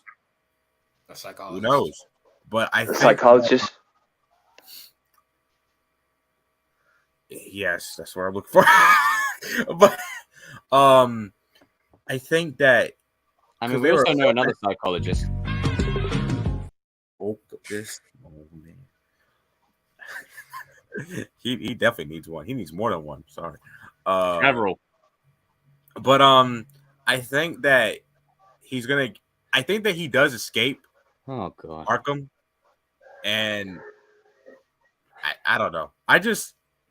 You threw me off with that. You son of a bitch. Sorry. You mother. I'll go on mute for a minute.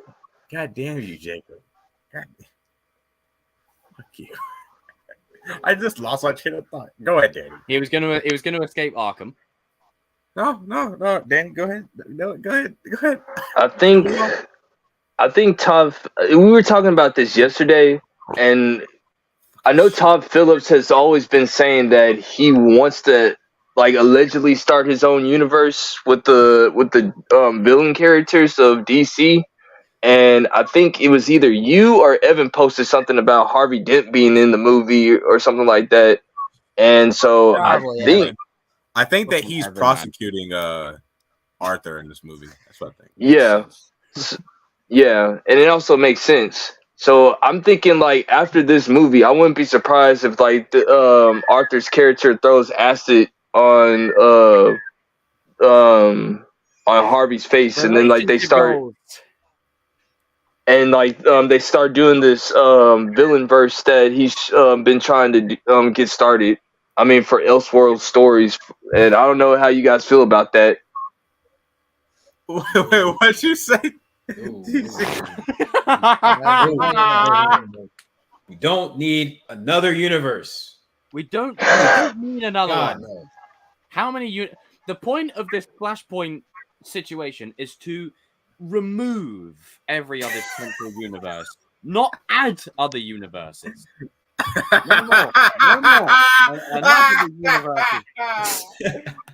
I think Todd Phillips is trying to have his own like universe Now, of if they want to have like this Todd Phillips universe be like a Black Label what do you mean by that? A Black Label What store. do you mean by that? You know what I mean. What do you mean by black? What do you mean by black label, Jacob? You know you. Oh, know, Lord. Now you're on top, Jacob. I beat you all to it because you anyway. You. What do you mean by you? The only come on. Anyway, there's a 3-to-2 ratio here. Anyway, Oreo. So if they want to have like Black Label stories, TCK is closer to us than he is to you. all right, then I'm a one-man fan. I'm alone. Betrayed by the team that I love. Show me the money. God. I've got a £5 note. If that's any good. Show me the money. No. Because I can't compete with the persons over there. Anyway, back to the point. If they want to keep like villain origin stories like Joker in that Elseworlds region with Todd Phillips doing one-off stories and stuff, I'd be for that. I think you can do that because then you could really push the boundaries of it without worrying about, oh, how does it affect this character? How does it affect that character? How does it affect the bigger universe? How does it set this up? Where have I heard that before? Like, how does it, letting it up? This, it could just be a solo individual story, which could be really good. I just hope, especially with Joker 2, like I said before, the prospect of bringing Harley Quinn into it, already there's an issue because now there was I don't know if one of you sent it, but there was a report of like Harvey Dent being involved, and then that clearly means they're going to set up a Two-Face thing. That's my problem. I don't want five more universe. Shit. I don't want 5 different Jokers, 3 Harley Quinns. This is it. This is the Kings right here. Us 5, Yinko and Shmoo and Evan and X, Y, and Z. Like we don't have multiple. Because if it gets too much for us to keep up with, imagine the casual fans. Like, yo, there's a Joker over here. There's a Joker over here. There's a Joker back there. As of right now, I don't even think that's the main problem of this movie. I don't even think this movie should even be made. It doesn't need to exist. I'm really conflicted on it because I don't think I should hate on it before it comes out because the first one was so good. Yeah, the first one was so good. Yeah. It's not fair to say this one shouldn't be made. It's not necessary. Yeah, it's just. I'm gonna say this more comic booky, and it shouldn't be. Like having Harley Quinn, having Two-Face in it. That's a very good point. Takes away from like the real message of the first one is so grounded. Now you have like I tell you what, the longer it goes on and the more sequels you do, the less movie it feels and the more comic booky it feels. Like it's not going to have that mental health message that the first one had. Like it's gonna be a musical, which is already that's also like what we've got people going into this movie expecting to see the first one again, and that's a huge problem. That's not what it is. It's not going to live up to that. I'll be real with you. This is going to be closer to like La La Land, if you've ever seen that, which is a good musical. It's good at what it's trying to do. Yeah. but that's not what I'll people put it really this want way. out of this. This movie has to be better than the first one. It has to be better. It has Yeah. to justify. It has to It needs justify to justify its existence. existence. Like Yeah. you could it could Other be than good, but no, like it's gotta be better than the first one for me. Like 'Cause because to you me, have to it give me a wasn't- reason why you make it a second one. Because the first one's such an experience. Like as I said earlier on, it's an experience. It is cinema defined. Like I was freaking Yeah. sweating in some of the scenes in the Yeah, cinema that of that was- movie. It was And then- intense. Yeah, I was like on the edge of my seat, man. Then there's the elephant in the room. Harley and Joker's relationship. How is that going to be portrayed? Yeah, how are we gonna Because explore that in this if you film? because if you Yeah. romanticize that in any Then way, you go against the whole premise of the first movie. and everyone's going to be on that, especially in this day and age, and they'll be right this time. They'll be right. The Like, stands. they'll be right to be upset. And I mean, and we don't. Yeah, I was just about to say we already talked to you guys about the Harley and Joker thing and how much we think it's like terrible or whatever. Well, you're an idiot. We don't know how they're gonna. I just don't like the signs we're getting. Like a musical is gonna get sappy romance. Like we're doing that. Like, please no, please don't do that. Cue the Please Across don't. the Stars. Yeah, like it's I'm hopeful, but I'm also I'm sure it will be good, but I just don't want it to set a trend. nervous going into it, if that makes sense. Like it's like I see some of the set photos, I'm like, oh, this shit looks good. Like It looks good. like it, Production you value. know. But then you remember like musical Equal. Yep. sequel. Sequel. Like you start like to wonder like why like just do we really need to have a second one? Like but also there's also a pro, like the upside is Joaquin never does sequels. That's just freaking good. Yeah, he only does them if they're of quality. Well, So- I still think money night. but Might show be- me. That is true, but he's very different. He's very different about Yeah. like The dude is that dude is odd, man. Like I don't think it ain't even about money wise. Like Here's another thing. It wouldn't surprise me because, and I don't want to get too much into the business side of it because business creative, it's two separate worlds and two separate ball games. Yeah. But it is connected in the bigger picture. Right now, Yeah. DC need to make a lot of money back, and the first Joker movie made bank.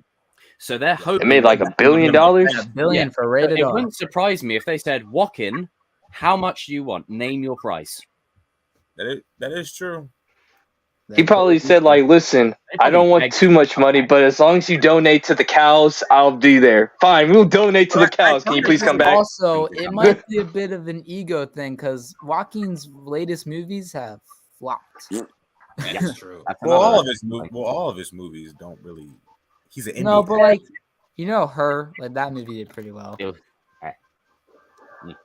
well, That's a weird movie. that is a weird, very weird movie. That's a weird. I mean, I heard RJ's a fan of Unforgettable. No, I'm joking. it reminded me of like, when we had that hell no! that whole movie. I wish I could forget it. But yeah, that's like the. I'm interested what Lady Gaga is gonna be doing like in this movie. I'm sure She's she'll a be surprisingly good actress. I think she'll be She's really pretty good. Yeah, And she'll if be you're gonna good. bring I'll just someone in this caveat. thing, I mean, you can't do much worse than Lady Gaga. At least it's gonna be good singing, you know. This is where I also want to have a little talk with the DC fans here. Do not go into this movie expecting Margot Robbie. Nah. Yeah, Yeah. you're gonna get a different Harley. You're gonna be extremely disappointed. Yeah, go watch Barbie if you want to see I that. think you're getting the more aggressive Harley Quinn with Lady Gaga. Yeah. You're gonna get the Arkham kind of game sort of one. The Yeah, you're gonna get villain Harley Quinn. Villain. Yeah, you're gonna get straight up like villain, non-anti-hero. Nabbing him.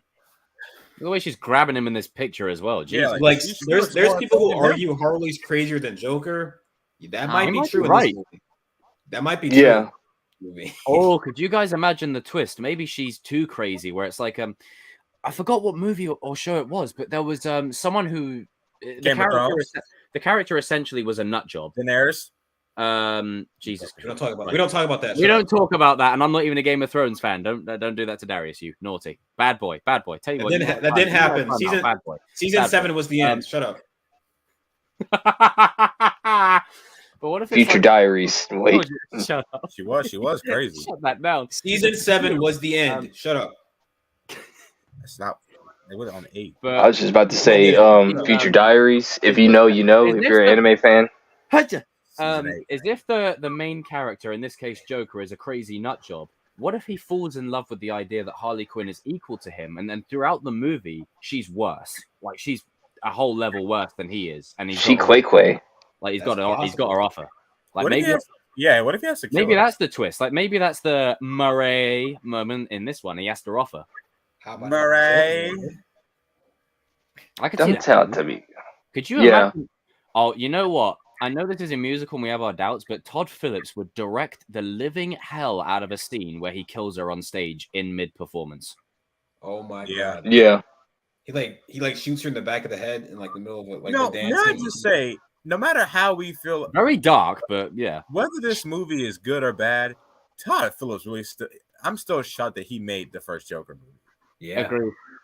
Like Yeah. when I heard it was him directing it, I was like, wait, hold on. Really? Todd Todd Phillips. Todd Phillips. Yeah. That's And I crazy. just want to also take this as an opportunity to, like, He when pr- Todd did an interview and Taika took a shot at him, well, at least Taika, he doesn't assassinate characters. Oh, Wait, boy. hold on. Taika took a shot at Todd Phillips? Yeah, Wait. never knew it. So it was a couple of years ago where Todd Phillips tweeted out. It's always Twitter. He tweeted out something to do with people taking movies like seriously and an experience. And then Taika said something along the lines of, "Oh, he funny," you know, like that. He replied like that, and I'm like, well, at least one of them doesn't assassinate characters. Exactly.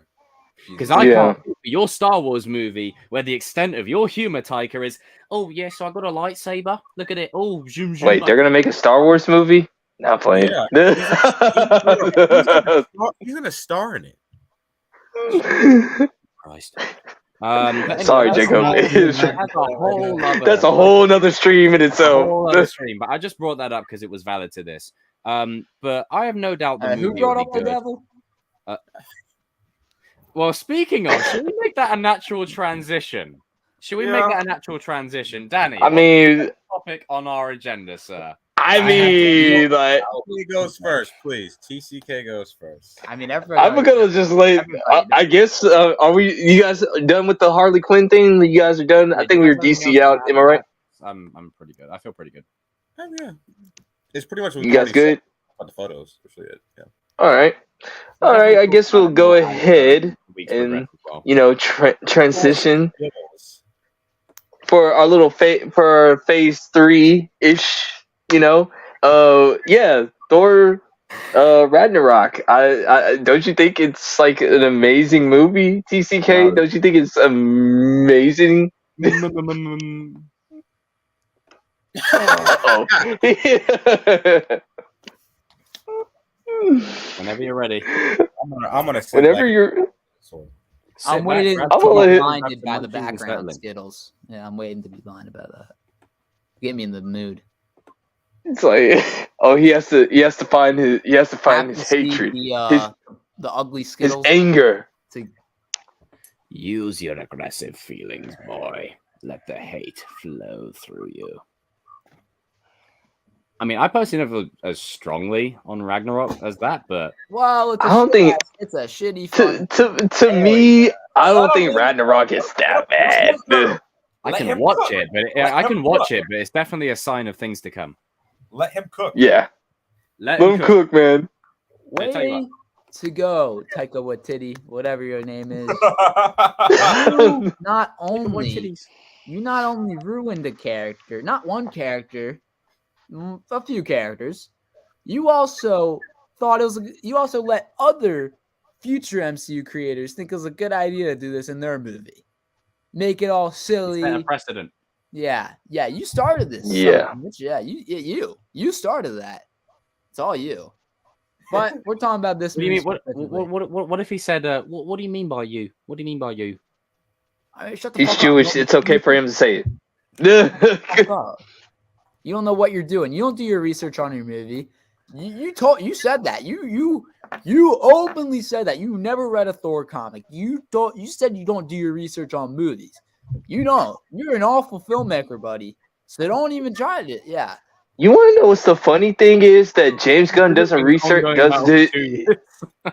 James Gunn doesn't even do research on James Gunn doesn't even do research on comic book movies, but yet James Gunn still has a sense of honor towards the character. But go ahead, like it ain't my turn. All right, Like well, speaking of this movie, we're bringing it back.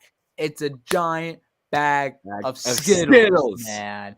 I mean, the whole movie, it's just bright colors and giant orgy jokes. And it's not a movie. It's not a movie. It is a sitcom. It is a sitcom. It is a long-ass sitcom. You might as well put a laugh track on this movie, and it would fit. It would fit the trend. They ruined Thor by making him stupid. He made Thor stupid. Thor was never this stupid until they made this movie. He is an idiot. He is a goddamn idiot. He is Joey from Friends.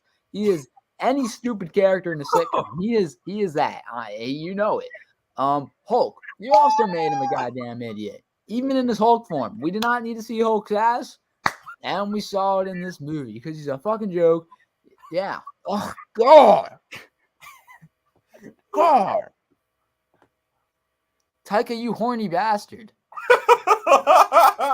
my goodness.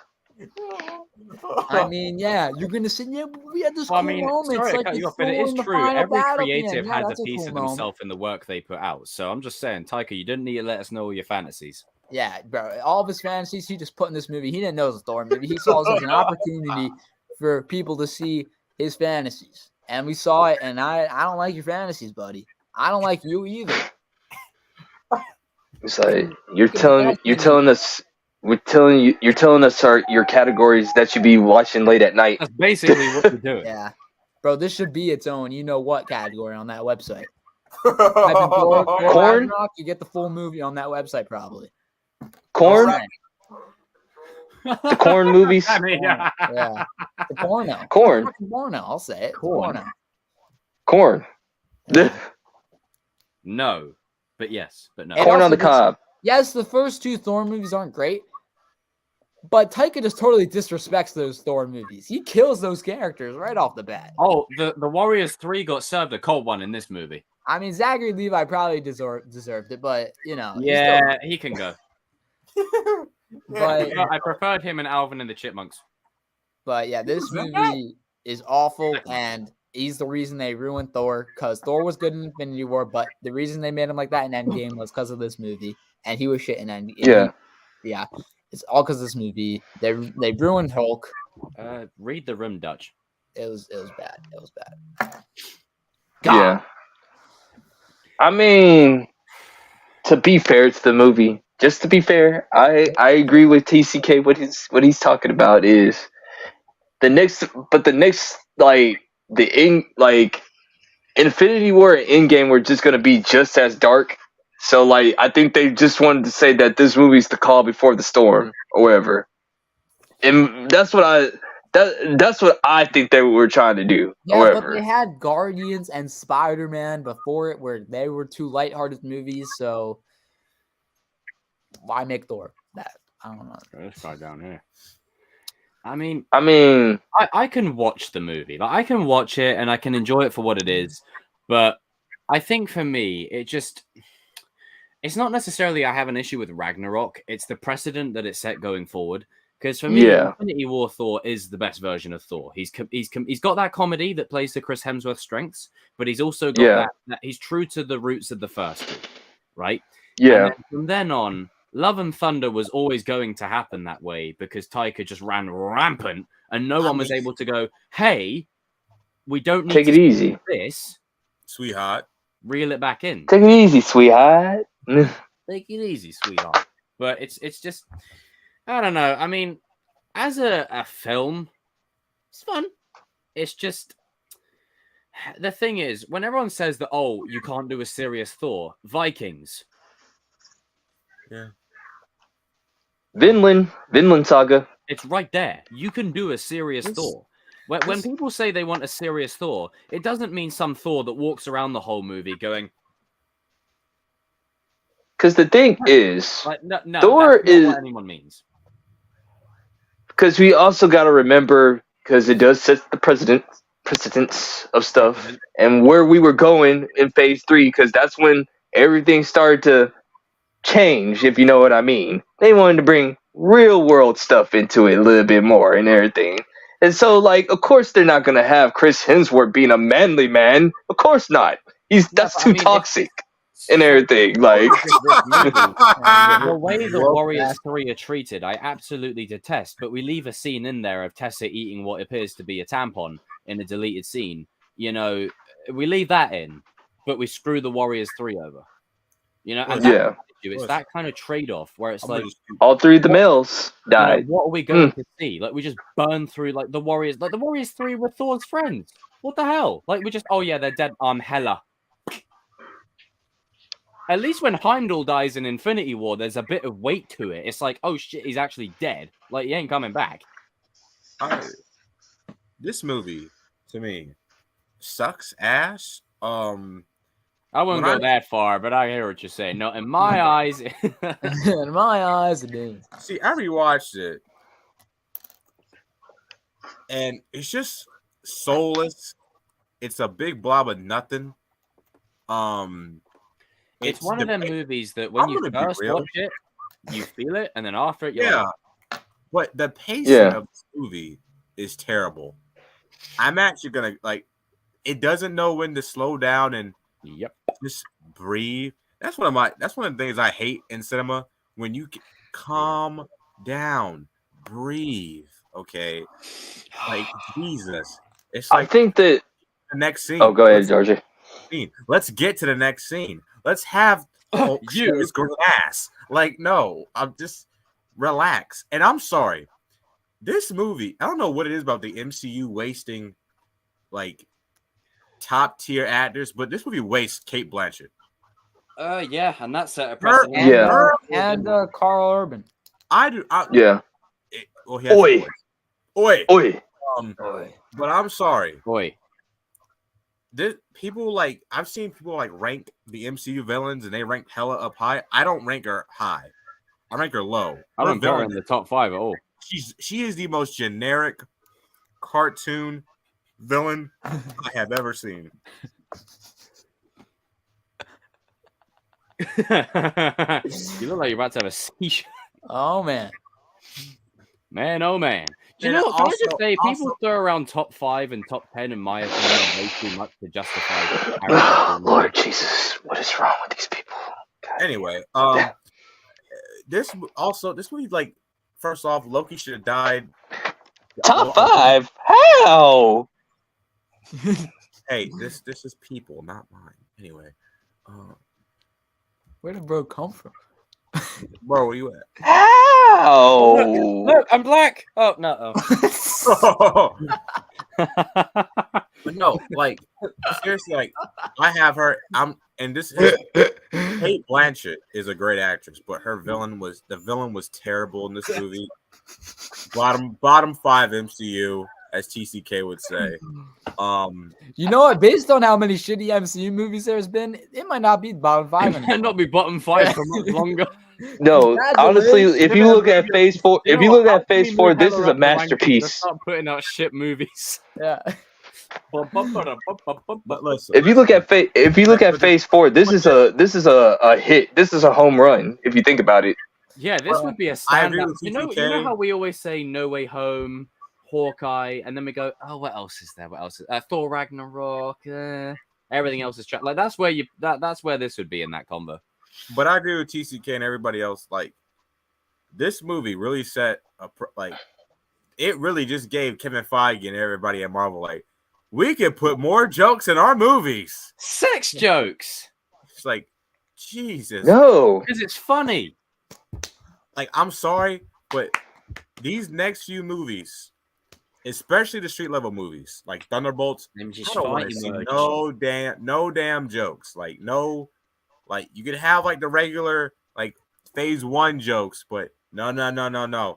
I do not want an abundance of jokes in these movies, because at some point they just they don't Marvel movies anymore. They become sitcom movies. Even Deadpool didn't overdo it, bro. Like, Deadpool had serious moments too. Someone knocks a vase over in a sitcom, and this falls on the floor. I'm telling you, it would have worked in this movie. If you had a laugh track, it would have fit right in. Like literally, we're at a point because of this movie where the comedy is close the door. It's funny. That's not funny.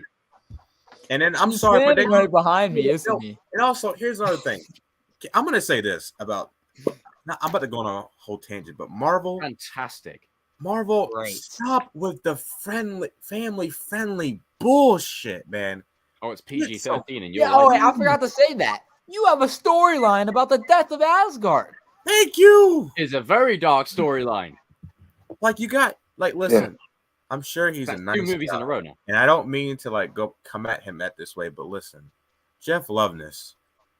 I don't want Kang Dynasty to be family-friendly adventure movie. I don't want it to be happy-go-lucky, and Kang's like, I'm killing people around the multiverse. Like I don't want that. Is getting on my nerves, and if you do this with the street level stuff with Daredevil and Spider-Man, that's when I'm really gonna get pissed Guarantee. off.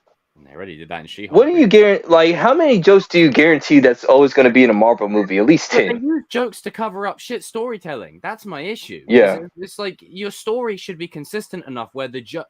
To me, I'm a firm believer of how Nolan does his jokes. You earn the joke. Especially in the Dark Knight trilogy. Like, you get there, and then it's funny. Like, you know, when it's like, you know, Batman may have made the front page, but Bruce Wayne got pushed to page 8. That's funny because it's earned. It's not just like natural fart jokes. Yeah. Jesus. Because the thing is, it's like, because like you guys remember the Whedon cut when they tried to make the thirsty jokes and everything. It just didn't feel natural, dude. I was like, bastards.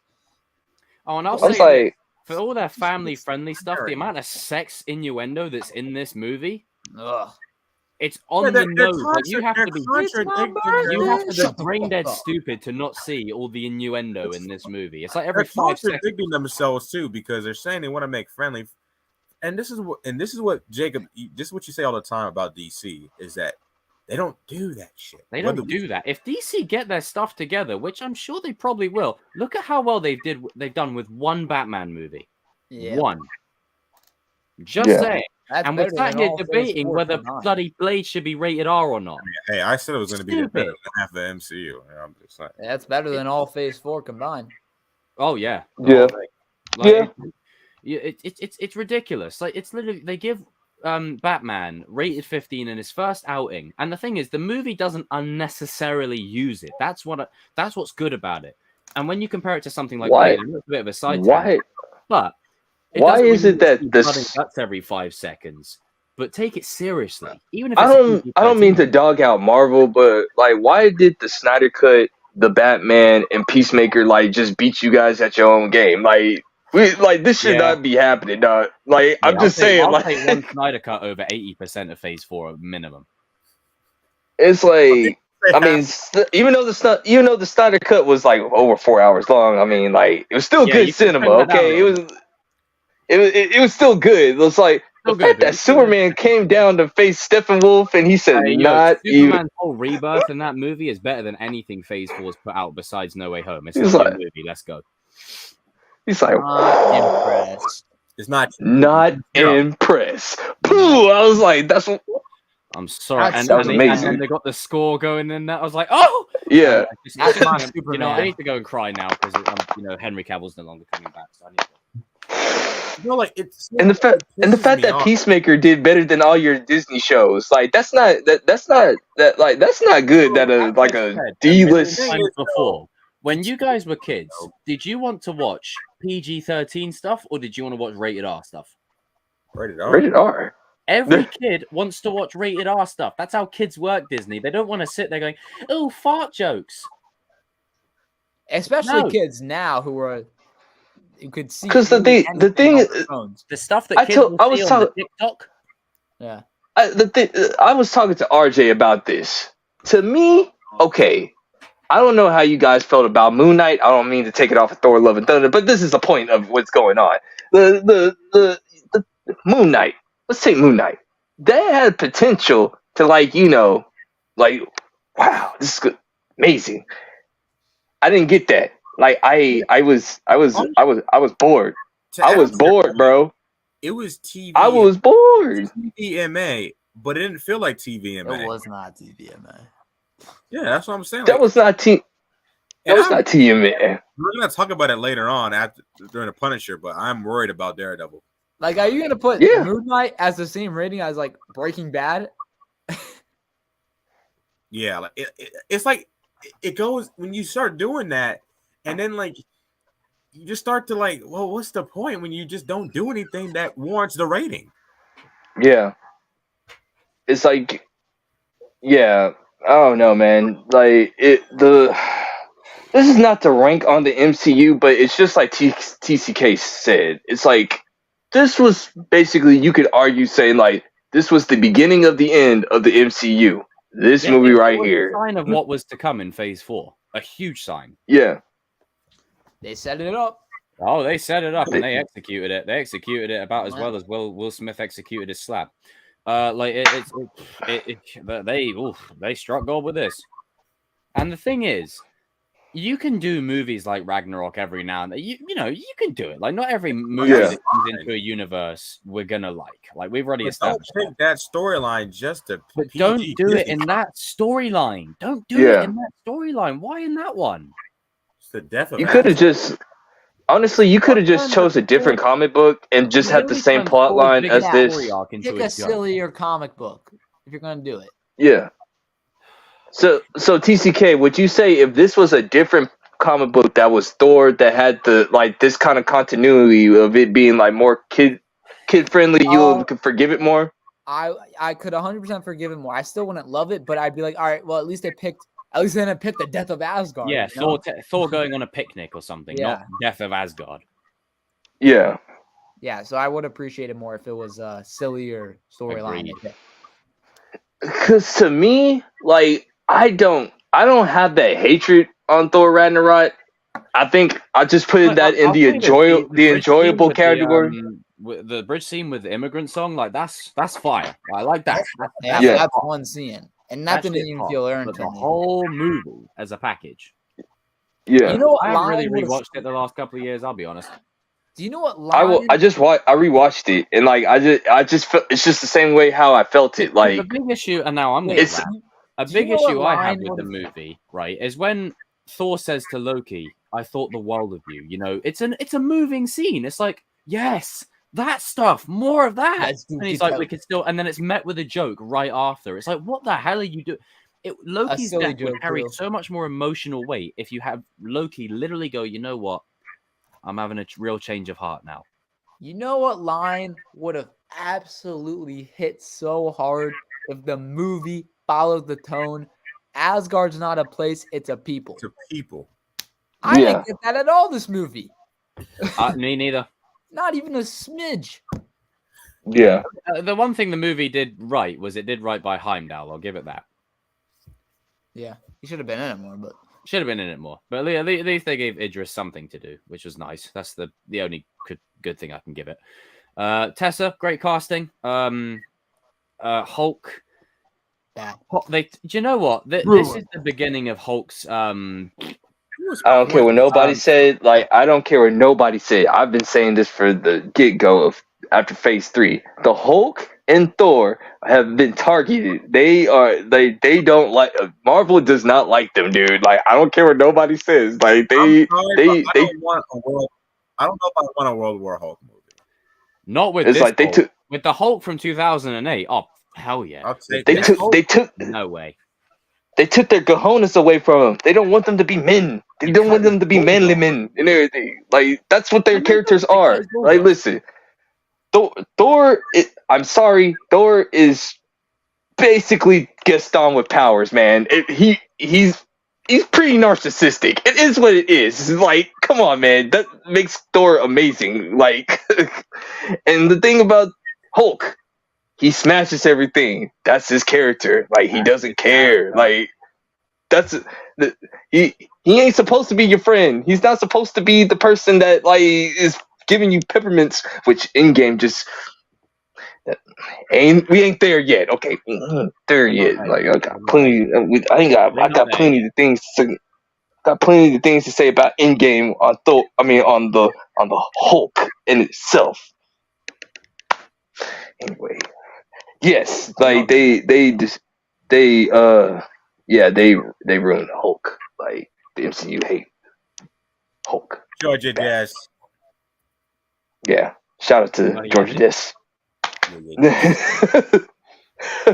Des. It's just like this is what's annoying about it. Is it feels like a lot of this movie is a sign of things to come, and the whole of Phase 4, even right into Phase 5 now, because of Ant-Man, is met with Yeah. And Big Bob, I've said it before, and I'll say it again. We love both. We want both to succeed, right? Thank you. But here's the kicker, and I stand by this. We can't keep on lying has to a you much guys. more diverse variety in terms of the teams, the characters, and stories. If DC get Batman and Superman, But DC has the and characters. Wonder Woman working, and Flash and Green Lantern, you're smoked. Like if they get them 5, DC working, has the characters. like them 5. That's all you need. Like Marvel could have 50 million characters of whatever, but with Marvel, we've already gone through the classic Avengers. They're done. Yeah, they can come back for Secret Wars, this, that, whatever. But you've already gone through the main Avengers. Now, what does that leave you with? X-Men, Fantastic Four, and the odd marquee character like Blade. Spider-Man. And Spider-Man. But by definition, if you get the Justice League working, just those 7 or 8 members. Marvel, But you saw what happened when they got this. You might want to get your big boy panties on. Yeah, and get because to work. the DC, I'm sorry, the Teen Titans, bro, they trump the Young Avengers. Like, oh yeah, then the Young Avengers can hold a candle to I was talking to RJ the other day. Me and him were saying like the Titans working. We were saying like if Marvel does not take DC serious, if DC is like really serious with all the like, listen, we were even RJ. You said this. You said that the Penguin show would be better than Daredevil, right? I said, in my opinion, I think this is just me. I do not want Daredevil. I don't think Daredevil should be 18 episodes. Yeah, that's too many. I don't like that it's being treated as a network TV show. I think that 12 less is better.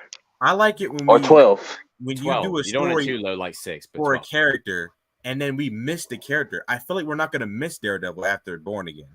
That's going to be a lot. I get it. They're doing the street level world, but you could do that with Spider-Man. You have a movie with Spider-Man that's coming out. But the thing about DC, they have HBO. HBO is home. Got the shows. Office. This is the network that's had The Sopranos, The Wire, Boardwalk Empire, True Blood. They have all that shit, okay? And they had Peacemaker. And they got the Penguin show coming out next year. Just saying, like, if DC gets their shit together. Be very afraid, Marvel. And I'm genuinely being serious. They will kick your ass. Dude, once again, last year, think about this. Peacemaker was the number one show. The people over at Marvel, we've talked about this for weeks on end, right? We've all talked about this, whether it's us or all the Kings or everyone. We've all talked about this. Marvel, listen, the fans are telling you, right? You are in a bit of mud right now. And if you continue to be arrogant and just go, fans will show up regardless. If DC sort it out, now they've got a plan and they've got Elseworld stuff. Put it this way. And I think RJ will. You've done your 2 biggest stories of Marvel already, and that's the Infinity War and Civil War. Hold on, before you guys say something, put it this way. Okay, you got a leader in David Zaslav. He's the coach. You got James Gunn and Peter Safran, the players, and they're going out to recruit the best of the best, bro. Like, part of this DCU plan. Just adding on to what you're saying. They want the actors to play them in the animation, in the games, and in the movies. Like they have a game plan. They're telling Kevin Feige to their face, like, listen, nudge, wake up. Like, listen, we are coming for your belt, bro. Like, they got the eye of the tiger, bro. Like, and if you keep on thinking that, like, they don't like everything he's about to do, but they've got a game plan. Yeah, Mark Ruffalo even said it. It's the Justice League, and you throw in the Titans in there as well. And you know what? We may not like it all what they put on that slate, but there's one thing that we all agree on. One thing, DC has passion in their stuff again. And the thing is, right? As much, and when you got passion, plus talent. As much as I don't like the way Henry Cavill was treated, they've already said that Superman is the core of their universe. Yeah. Like David Zaslav, when he got to the company, he said like the main thing we gonna focus on is Superman, Batman, and Wonder Woman, and that's what they're doing. Like, and I remember saying this to RJ the other day. You know, who's the biggest superhero characters that everyone thinks of? Not us. Oh, nerds! No, not us. Right? Just outside of Spider-Man, it's Superman and Batman. Just the casual movie-going audience that don't give a frog's fat ass about the broader universe. The only three: Spider-Man, Superman, Batman. Which two did DC own? They own two of them. Superman and Batman. And if they get them working, the thing about Batman is that he's probably the most iconic character. I'd agree. Yeah. In the comic books, because I'd say it used to be Superman and Spider-Man before that, but it's like a generational thing. They keep switching between the three. I think Spider-Man is iconic now, but if we're talking like back in the day, like from way back when, then yeah, like because Spider-Man's always been like popular, but like Batman is that dude. Batman is that dude. Much that goes into Batman, like you got the Batmobile, you got all this stuff. It's like a tradition with bro. I'll put it this way: a poor kid in Africa knows who Batman is, dude. Like, I'm just saying, like, you know what I'm saying? Like, a hungry Chinese kid knows who Batman is. Like,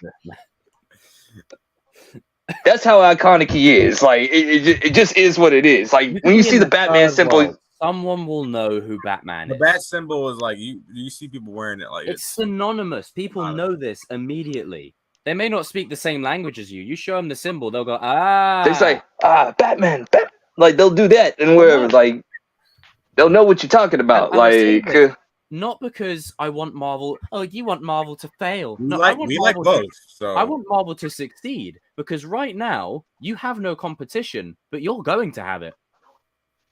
Very soon. It's like I know because DC are taking fat L's right now with Shazam and Aquaman and Flash and whatever, but you still got Joker 2, like we discussed earlier on. If they can get that slaps half your phase instantly. Then you've got what is it? The Batman Superman and Lois show. You know, I mean Superman and Lois I've heard, is all right, it's pretty good. It's because it's more HBO, less CW, that's why it's good, which is good. They actually put care into the project, but go ahead. Yeah. So you've got a lot of, you've put it this way, it's potential. DC's potential right now is bigger than Marvel. Yeah. And at the moment, Marvel is killing it, top of the top. But I'll reference what Christopher Lee said about being top. There's only one way to go if you're top. Yeah. And don't be arrogant, Marvel. Please don't be arrogant. And the reason I say that, not to rag on Marvel again, but because of what happened with Star Wars. Star Wars thought they were all untouchable and on top. And look what happened over there. People are voting with their dollar now. They're voting with their dollar. And I don't want that. Marvel has done such a great job at building this universe and all that. And I want the Fantastic Four to shine. I want the X-Men to slap. And as I've talked about with you guys, once you bring the X-Men in properly, like you properly reboot them in post-Secret Wars, you could end the Avengers and carry on with the X-Men. You really could. Like the X-Men in and themselves, there's a reason they're for 20 years. But it goes down to this, and I think I remember when us three first met. Like I asked you this question: Does Marvel still want to succeed? Though that's what I'm trying to figure out. Do you still want to succeed, or are you just like like?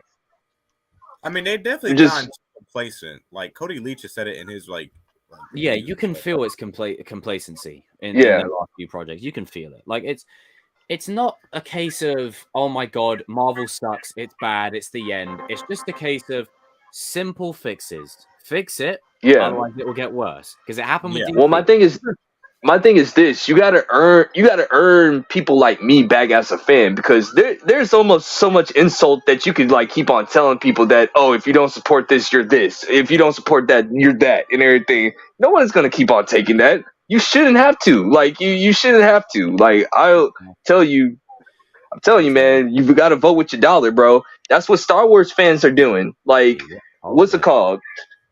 like I heard Andor was great or whatever, but you know what? People like me, like we're not supporting it because well, you criticized all of us. You said that we were this, that, and that, and that, and that, and everything. Well, okay. I mean, I'm not. You want to play that way? Camp, but the point is valid. Is there are different types of fans.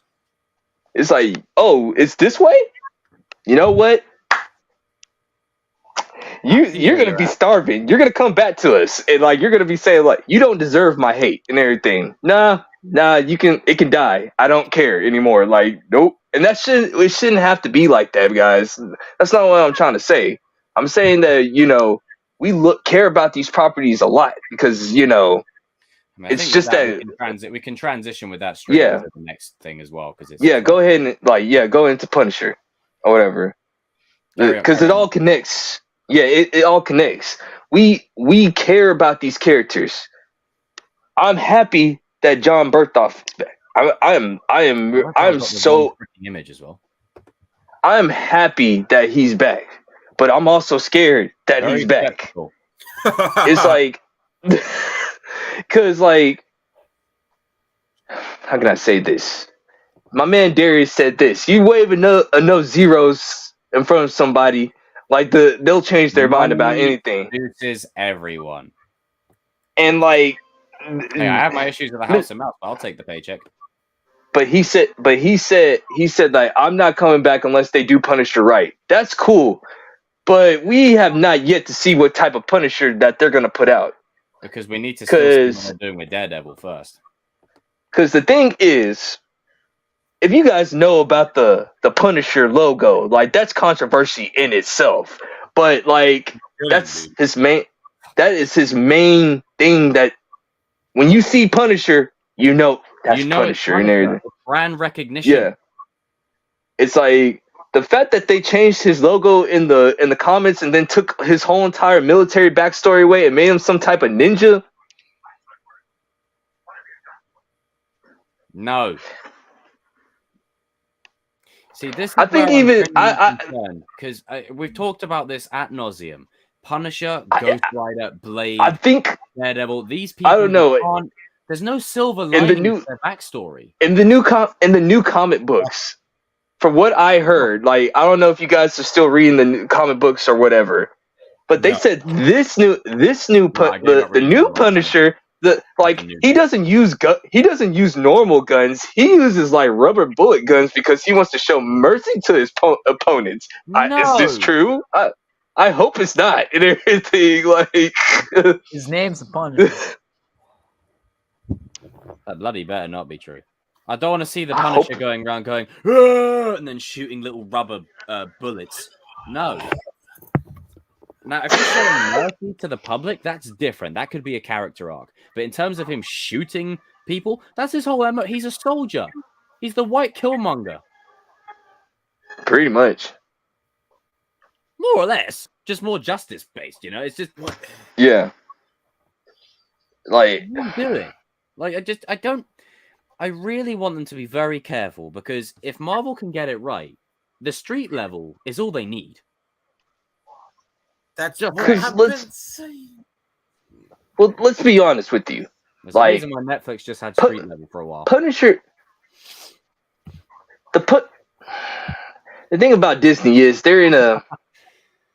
I don't want to go down this road, but it's towards. It's like it's one of those things where if you know the Punisher, you know that he's a pro America type of guy. Keep it that way and everything. America type of guy and everything. I'm nervous that they're gonna take that away because, like, you know what? That's his character. That's like his whole entire character. Because it's not just like he's just pro America. He's showing you also what happens when you go so pro America to where like your country does turn your back on you or whatever. Like it's showing you the PTSD side.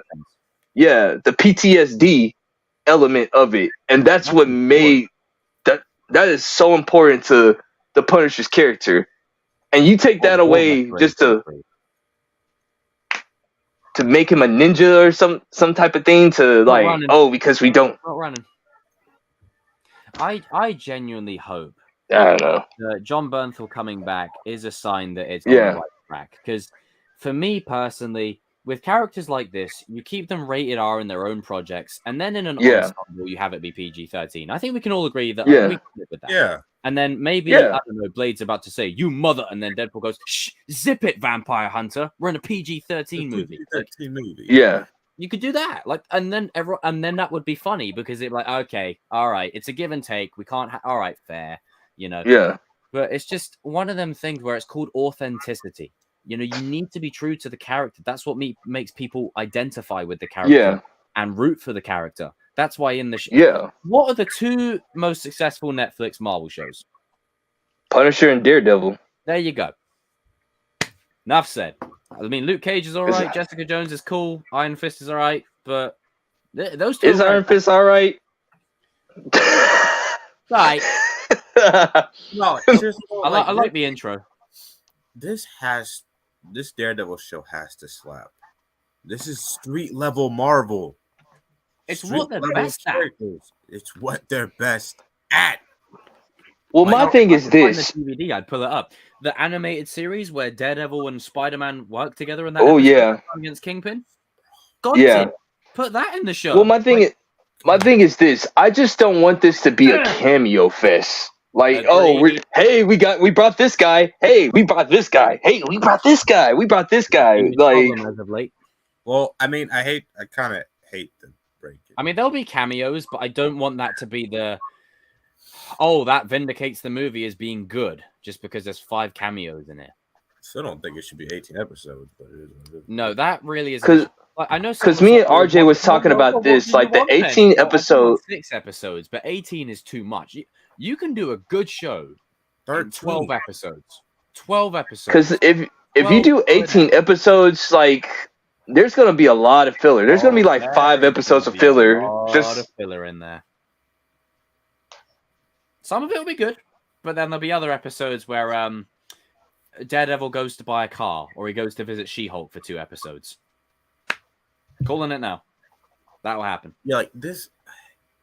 I'm excited, but I am really worried about this. I am cautiously optimistic. Cautiously optimistic. Yeah, that's basically the best way to put it. Like I'm not hyped. I'm not depressed about it. I'm just kind of cautiously optimistic, hoping for the best. Like I want to see. Listen, John Bernthal is freaking amazing. All right, go watch his podcast. He was born to play this role. Go watch his podcast, Real Ones. He's great on that. I love that. But he's a good guy, man. Like, and he's the most down to earth guy. Like, you think I would treat you to a beer if you came to the UK. Hit me up. Yeah, his Punisher, so good. He's got his own Kings of Pop Culture as well. He does, bro. I was like rewatching the Punisher about a month ago, man. The fact that he's like, I'm sorry, John. I love John it. has this face. He even had it in Walking Dead, like where he's like. I want that rooftop scene with him and Daredevil where he's like, that is one of the best scenes I've ever seen of any. I love it. He says, I plead guilty. I plead guilty. I feel guilty. I was like, where he's like, you hit him, they get back up. I hit him, they stay down. It brings stay down. And that's where it's so freaking good. It's the moral. I plead guilty. Can people change versus should we allow them to? Like, it's a great discussion, and that's when I love the fact movies are at their best or shows. I love the fact that, like in Daredevil, when she was saying like, you could just play the crazy role, but that's not good for people that are actually going through it. I ain't doing that. Like that. Straight up, he's like, yeah, I'm not doing the same goddamn thing. The same goddamn thing. It's like, I'm not crazy. Look, I ain't crazy. Crazy. I ain't crazy. We got that right. Hell, I liked it. I love it. I love that. To get out here and send me to a nut house. They stop me from doing what I want to do. Well, that ain't happening. No. Dude, the fact that, like, you guys remember season 2 when he was locked down to the hospital bed and like he was almost about to get stabbed by that needle. He was still trying to fight back. He's like, Can we talk about his entrance into the show? Yes. How he killed somebody and he was like, I'm sorry, that dialogue, not they, him, it's just one man, and it cuts to his boots and the busk off. I'm sorry. You know what? I love Thor's entry in Infinity War. That's how you enter a scene. Boom, boom, boom, You know boom. instantly. Oh, Punisher's here. Oh dear, Bruh, it's gonna go down. I love his theme song. I love his theme. Like his yeah, like that guitar. Theme in Daredevil though, like that one hits more for me. But I do like his theme in the show. It's like, I'm sorry. To me, I mean, Daredevil's cool. I love Daredevil, but I love the Punisher just a little bit more. That's just my guy right there. The show, just a little bit. You're talking about the character. I'm talking about the show. I like the show more. Yeah. Hey, the show's freaking dope. Like, I like both shows or whatever, but like to me, I like the Punisher a little bit more. I mean, and speaking on, I'm just saying, like, I appreciate like when what's the name of his assistant in the first season, the one with the curly hair? Like that dude's wife tries to make a move to Frank, right? They exchange, and he stops it. He stops the cuckolding. Like that's what he stops it. He says, "No, I'm good." Right now, where the MCU is obsessed with cuckolding, it's in every movie. Doctor Strange gets cucked. Hank Pym gets cucked. Like it's a common thing at the moment. Jacob, what did I say earlier? Who's writing these things? So can we? But point being, I'm putting it out there again. So can we stop doing that because it's a little bit weird, and it's just a bit cringe. Just throwing it out there. It's a little side. Comment. I just had to put it. What? It's just like what Dory said off of Finding Nemo. How are you doing? Like those are the people that are driving, like riding everything, like those big old whales. No comment. You get but point being, the shows and the characters in general have a very specific ingredient to them. You gotta get that right. You can't, I'm sorry, you cannot, and I repeat, you cannot have Punisher go around guns a-blazing going, "Hey, look what I'm doing." It's funny. You can't do that.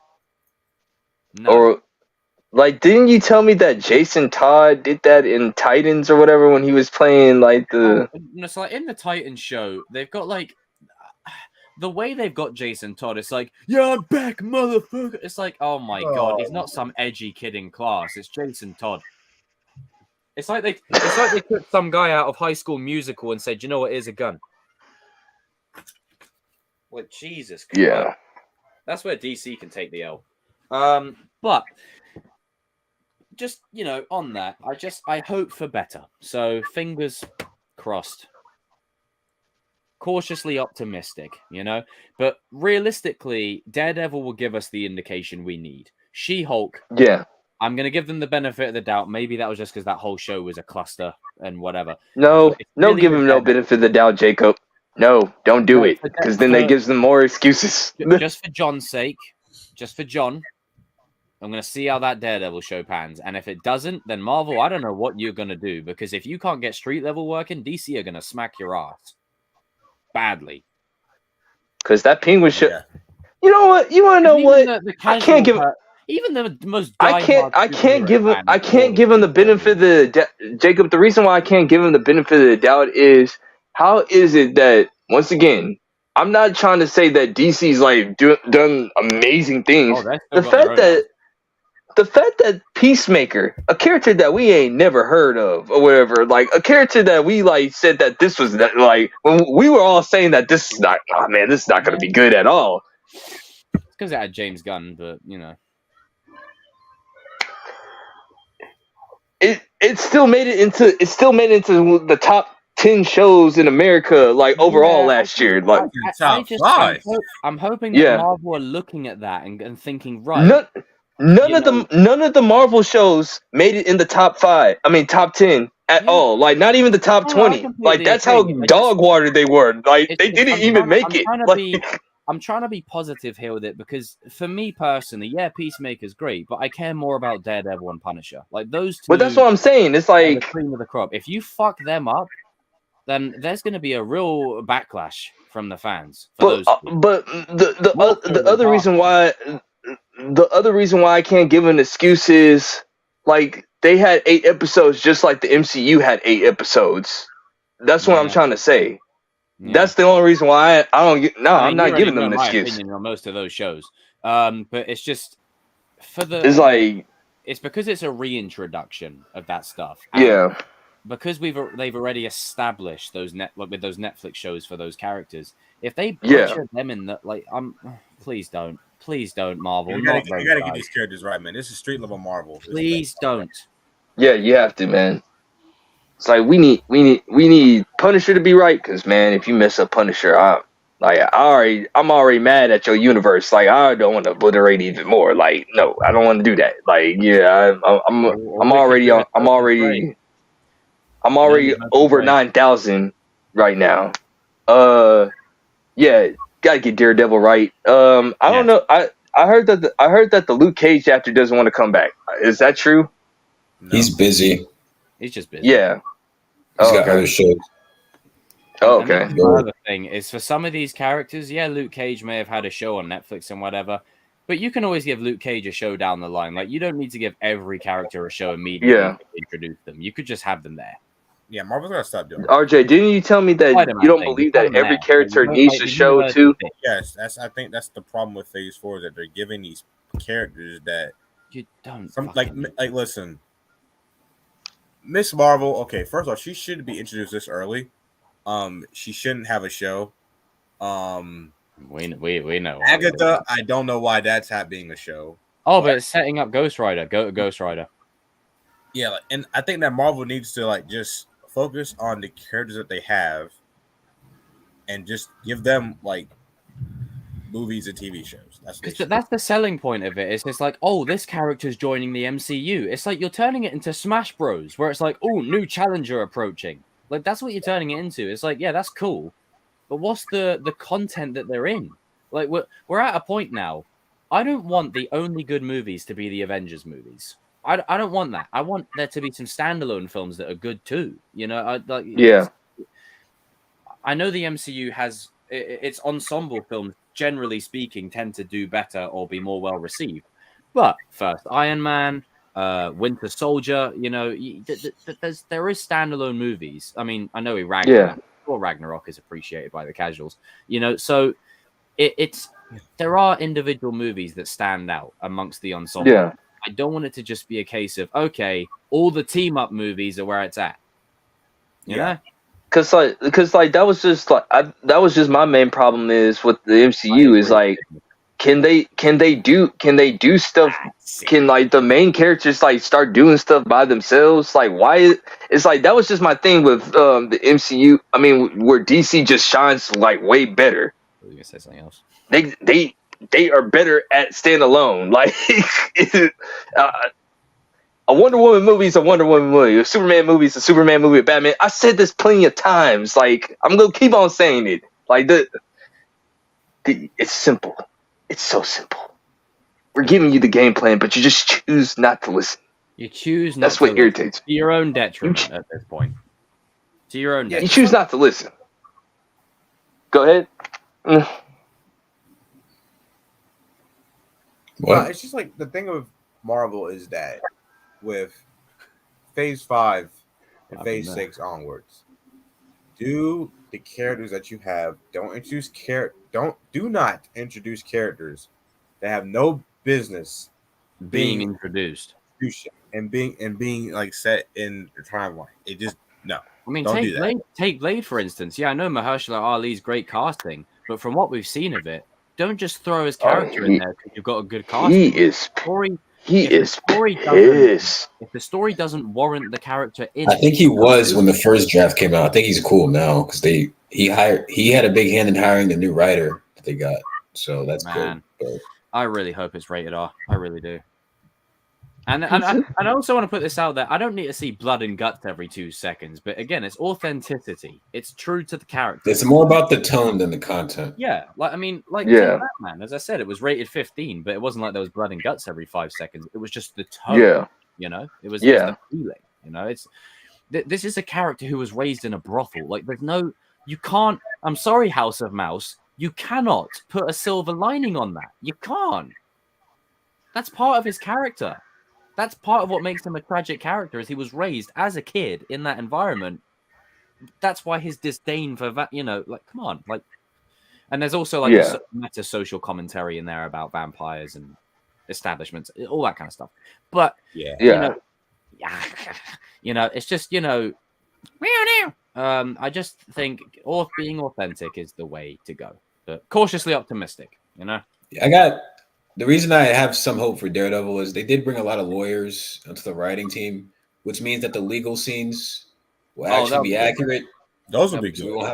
We won't have a She-Hulk situation where that'll be good. There's a lot of legal stuff that doesn't actually make any sense when you stop thinking about it for a little bit. It's like, wait, you don't have writers that. My only issue with the Daredevil show is the tone and the episode length. If all that is fine, then okay. I still don't think it should be 18 episodes. That might be a hot take to other fanboys, but I watching prefer, right now. I get. I already told RJ and it's 3 a.m. here, and there's 20 people watching us. So shout out to them. I already told RJ and the boys this. Okay, let's just say Daredevil doesn't do good. Hey, we got 3 seasons of Netflix. You know what I'm saying? Like, we got 3. Worst case, the show is mid, and Kingpin shows up in Spider-Man 4, which will be good. So yeah. That'd be good. Otherwise, there'll be someone down here that. Spider-Man is the one character they're like, nah, we can't mess that up. They can't. It's as I said, even in arguably the worst movie, Shazam 2, the character's still Spider-Man. Yeah, for sure. Yeah, for sure. At least it's still Spider-Man. There's no bastardization. There's just some other things in there where it's like the Goblin's a crackhead. You're fraud, Spider-Man. He's like scratching himself. Like, what are we doing here? That man was. He looks like a gremlin. It looks like the leprechaun was found at the end of the rainbow, and then he got infused. I will say, if they're based on the set photos of Daredevil, if they're pulling from the run, I think they are, which is the Charles Soule run. There are some dark things in that. There is a villain. There is. Called Muse. I remember we were talking about that a couple weeks ago. That kills. He literally writes. All right. Do not put this out of context. Let me be careful how I say this. He makes paintings out of the blood of dead children. Oh, that reminds me of that dude from what's the one in DC? It's not Victor Zsasz. He kind of is like Victor Zsasz in a way. There's another one as well that like leaves like images and stuff after they kill them.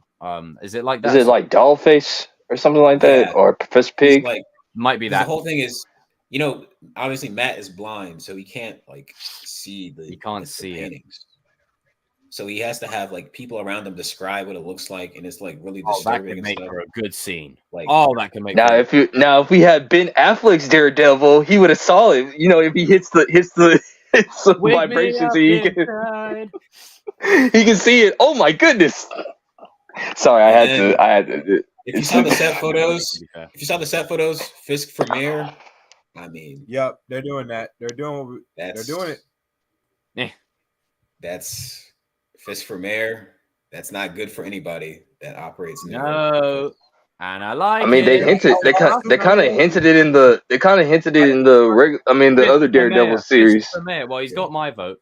And then he said, even in Hawkeye, he was like, "I got to show everyone that this is still my city."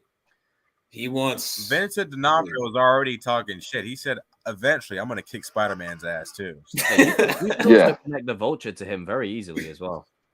Yeah, I can tell you right now, Vincent's gonna have fun with this because Daredevil's gonna lead directly into Spider-Man 4. They're gonna outlaw superheroes in New York. I couldn't have done it without you. That's what I think this is headed. I think Daredevil, Spider-Man, Punisher, Jessica Jones, they all have to deal with the fact that, like, in the comics, Fisk makes being a vigilante in New York illegal. Like, you will be arrested if you are a vigilante in New York. Spider-Man and Daredevil on the same screen. Spider-Man 4, Daredevil, Spider-Man Manhunt. Everyone's out for him. Break Scorpion out of jail. Loads of oatmeal, man. Go kill Spider-Man. I'm just saying. That's what it looks like it's headed. Oreo. Loads of oatmeal. Open wide. Daredevil has to slap. Because if the show slaps, We'll be fine. We'll be fine. Slap We'll just be like that. fine. Word from our sponsors. Also, they can recast Iron Fist. I don't think anyone will care if they do that. I don't care. Well, as I said the other day, I think they'll bring the others back just by virtue of the fact that no one had an issue with them. I think as much as Finn Jones is cool and he got a bit of alrightness in like when he appeared in Luke Cage and whatever else, I think that's the one that will be recasted because they've already recasted Vanessa. Yeah, put him in Shang-Chi too. That'll be dope. Fight Shang-Chi. Oh lordy lord! Woo! And do the tournament. defenders properly, please. Yes. Yeah, I watched the Defenders. I was like, I thought the Defender. I'm gonna be honest with you. I thought the Defenders was kind of like. That's not the best. That's not the best. Yeah, it's all right. It's all right. The trailer was good. I like that. I like their dynamic, but the villains are mid. Just because the hand as villains is kind of mid. I don't like the hand. Like you mean the League of Shadows? Yeah, they're mid. I see what you did. Basically, the League. It's the League of Shadows. See, for those who are unsure in the comment section, this is basically where Marvel and DC copy each other. Also, you mean the League of... If you know, the Foot Clan from Ninja Turtles is just a copy of the hand. Yeah. Yep. Which is a copy from the League of Shadows. Yeah, it's all connected, right? Yeah. I see what you did there as well. You had that face of like, because the Ninja Turtles are a parody of Daredevil, so that's what they started as anyway. Raphael was my dude, man. I'm sorry, dude. I'm sorry, Daredevil and Electro is basically Bruce and Talia, man. It's Bruce and Talia. You cannot unsee that, man. Like, yeah. It's just good business. You guys think Electra's coming back? I don't think this season. Not this season, but down the road. Elodie. Oh gosh, she's honestly. I'm sorry, Electra. I would say no, she's not coming back. But 18 episodes, she might be. She crazy. She cuckoo for the Cocoa Puffs. I still would bring just her like listen. That's that crazy baby. Hey, listen, Daredevil and Elektra is more believable than Joker and Harley Quinn. That's I mean that is true. That is true. But then again, it's not saying much. So every superhero has that one girl they like that they probably shouldn't. I know Spider-Man, Black Cat, Cat, Catwoman, Batman and Talia, Batman and Barbara. We don't know. I'm sorry, but screw Black Cat, man. Who said that? Who said that? Who said that? Who said that? Who said Barbara? Was that you, RJ? I wasn't looking at the screen. Who said that? Who said what? Someone said Barbara, and who said it? Danny said it. Danny, you're on a timeout, sir. We don't use that language. No. Watch your mouth. Watch your mouth. We don't. It's a toxic relationship. I said it's a toxic relationship that needs to be burned. It didn't happen, Danny. It didn't happen, right? It did happen. It did happen, and I'm still trying to unsee it. Almost 30 years, man. We decided as a community. Look, I know that this road has been very hard. Oh God! Shut up. I was waiting to say it for 2 hours. Please stop. No. We know what trailer that's from, right? No. Cringe, man. I was waiting to say it for 2 hours. All right, but carry on. The Superman have a love interest. Transition on to the final topic because I need to get to sleep soon. I'm trying to think. I'm gonna be real. No, who's that female? Who's that female Kryptonian? Oh, I know who you're talking about. You know who I'm talking about. Like she likes him, but like he don't like her. Like it's more like a fatal attraction type of thing. Jesus, man. What's the final topic? What's the final topic? Before I play it one more time to make it a hat trick. Okay, final topic is Netflix. Has been very hard. Oh. I'm gonna Jacob. The Fast X trailer. You'll see that. Line is so cringe. Anyway, back to what I was trying to say. Like, back on point. Our final topic is going to be Cobra Kai season 6. Sounds better. Marketing. Yesterday was better than Halloween Ends. Marketing. Yes. And when we're talking about marketing, we're not just talking about YouTube people. We're talking about actual legitimate marketing. Season 4 level on steroids. Yes. You need to go all out, bro. Like, I was talking with... Go all in. It's like, I talked to Shamoon about this the other day. I was saying, like, bro, they need to go all in. The fact that we, like, season 5, I did more promotion for season 5 than Netflix did. We did more coverage on season 5 than the actual Netflix shows. I mean, like, Netflix. I know that this road has been very hard and all that, but you have to. Yeah, but you have to promote the living hell. This is the last time you can do it. Yes, of course, there may be spin-offs and whatever down the road. Fair enough. But this is the final season for all intents and purposes. I want to see like that season 4 promotion where you've got individual like trading card looking things for the characters. Maybe you could do like Miyagi Fang promo, a Cobra Kai promo, or you could do character promos like Kreese, one for Silver.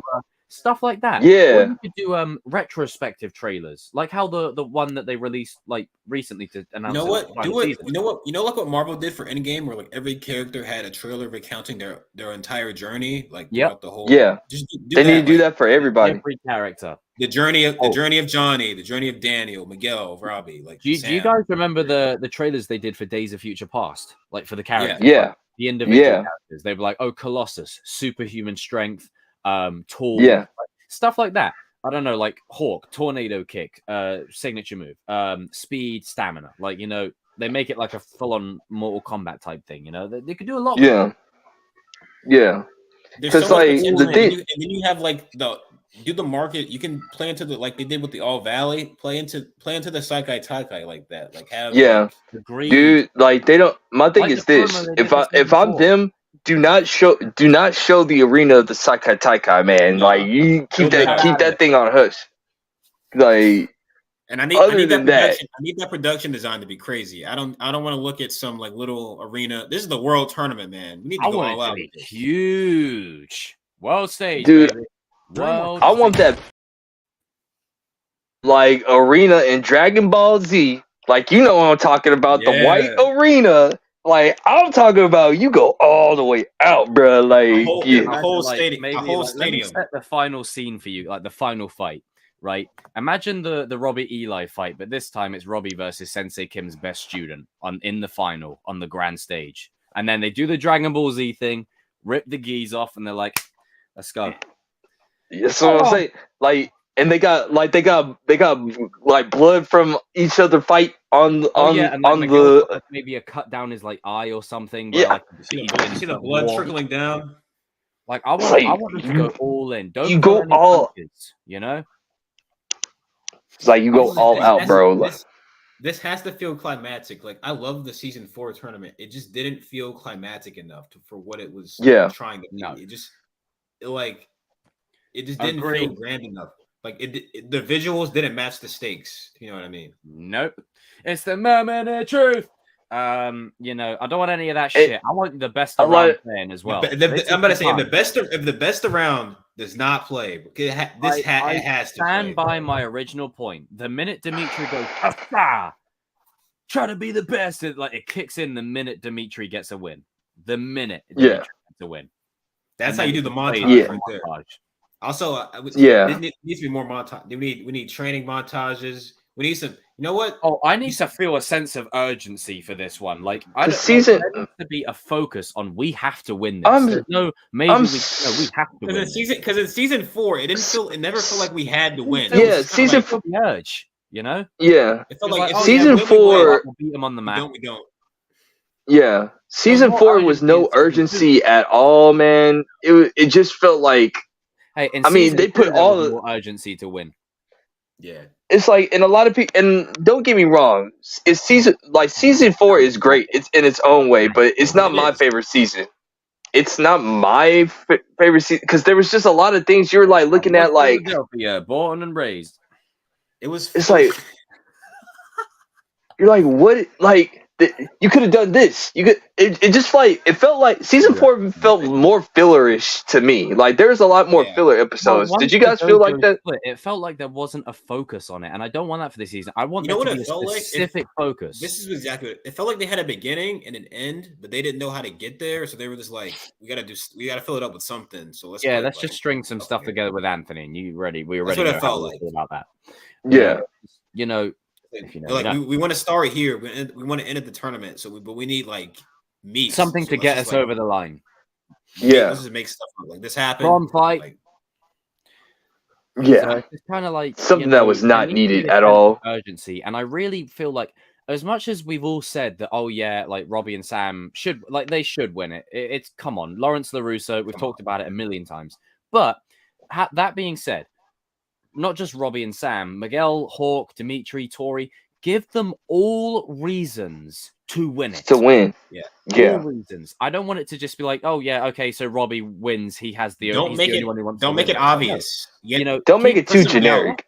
Like maybe put some doubt in our heads about who we want to wait. Is it going to be Robbie? Oh, it might be Hawk. Holy shit, we've all been wrong. Oh my god. I mean, I doubt it, but oh my god, Hawk. What? I want us to keep doubting. And even in season 5, Hawk says to Sam, maybe one day we'll both win. So you never know. They're setting it up. They're setting up like, and then Miguel, and then like the whole thing. Miguel could be a 2-time champion technically. Like if he wins in All Valley and And then you got Robbie saying like, "Man, I'm just tired of being in second place." Like, and then you got Tori saying, "I want to win something and be the best at something." I mean, could you imagine expect Sam to win? Right.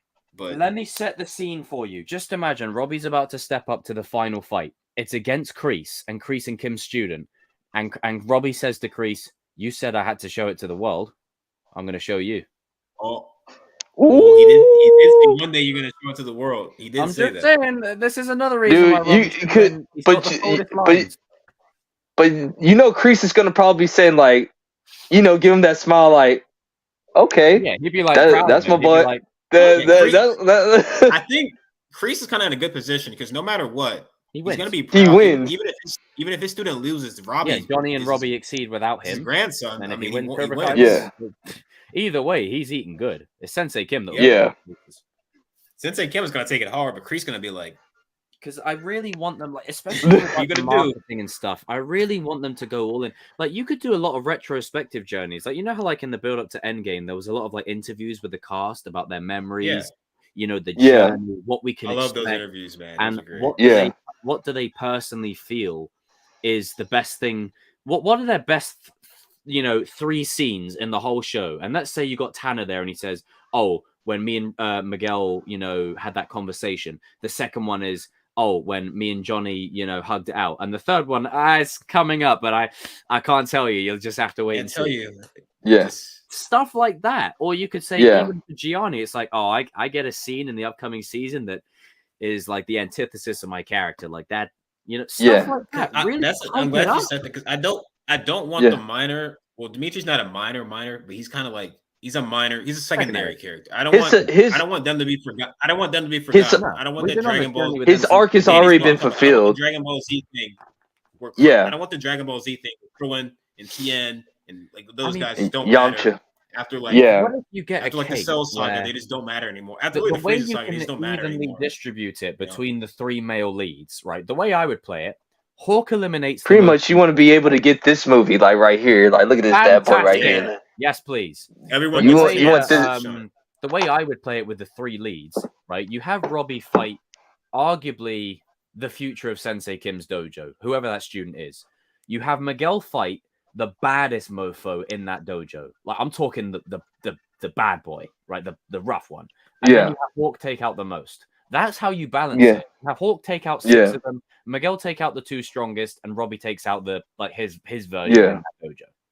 That's how you balance it out. And think of the posters that we could get as well. Yeah. Wow. Yeah. I mean, just I know Eagle Fang has a lot of merchandise attached to it.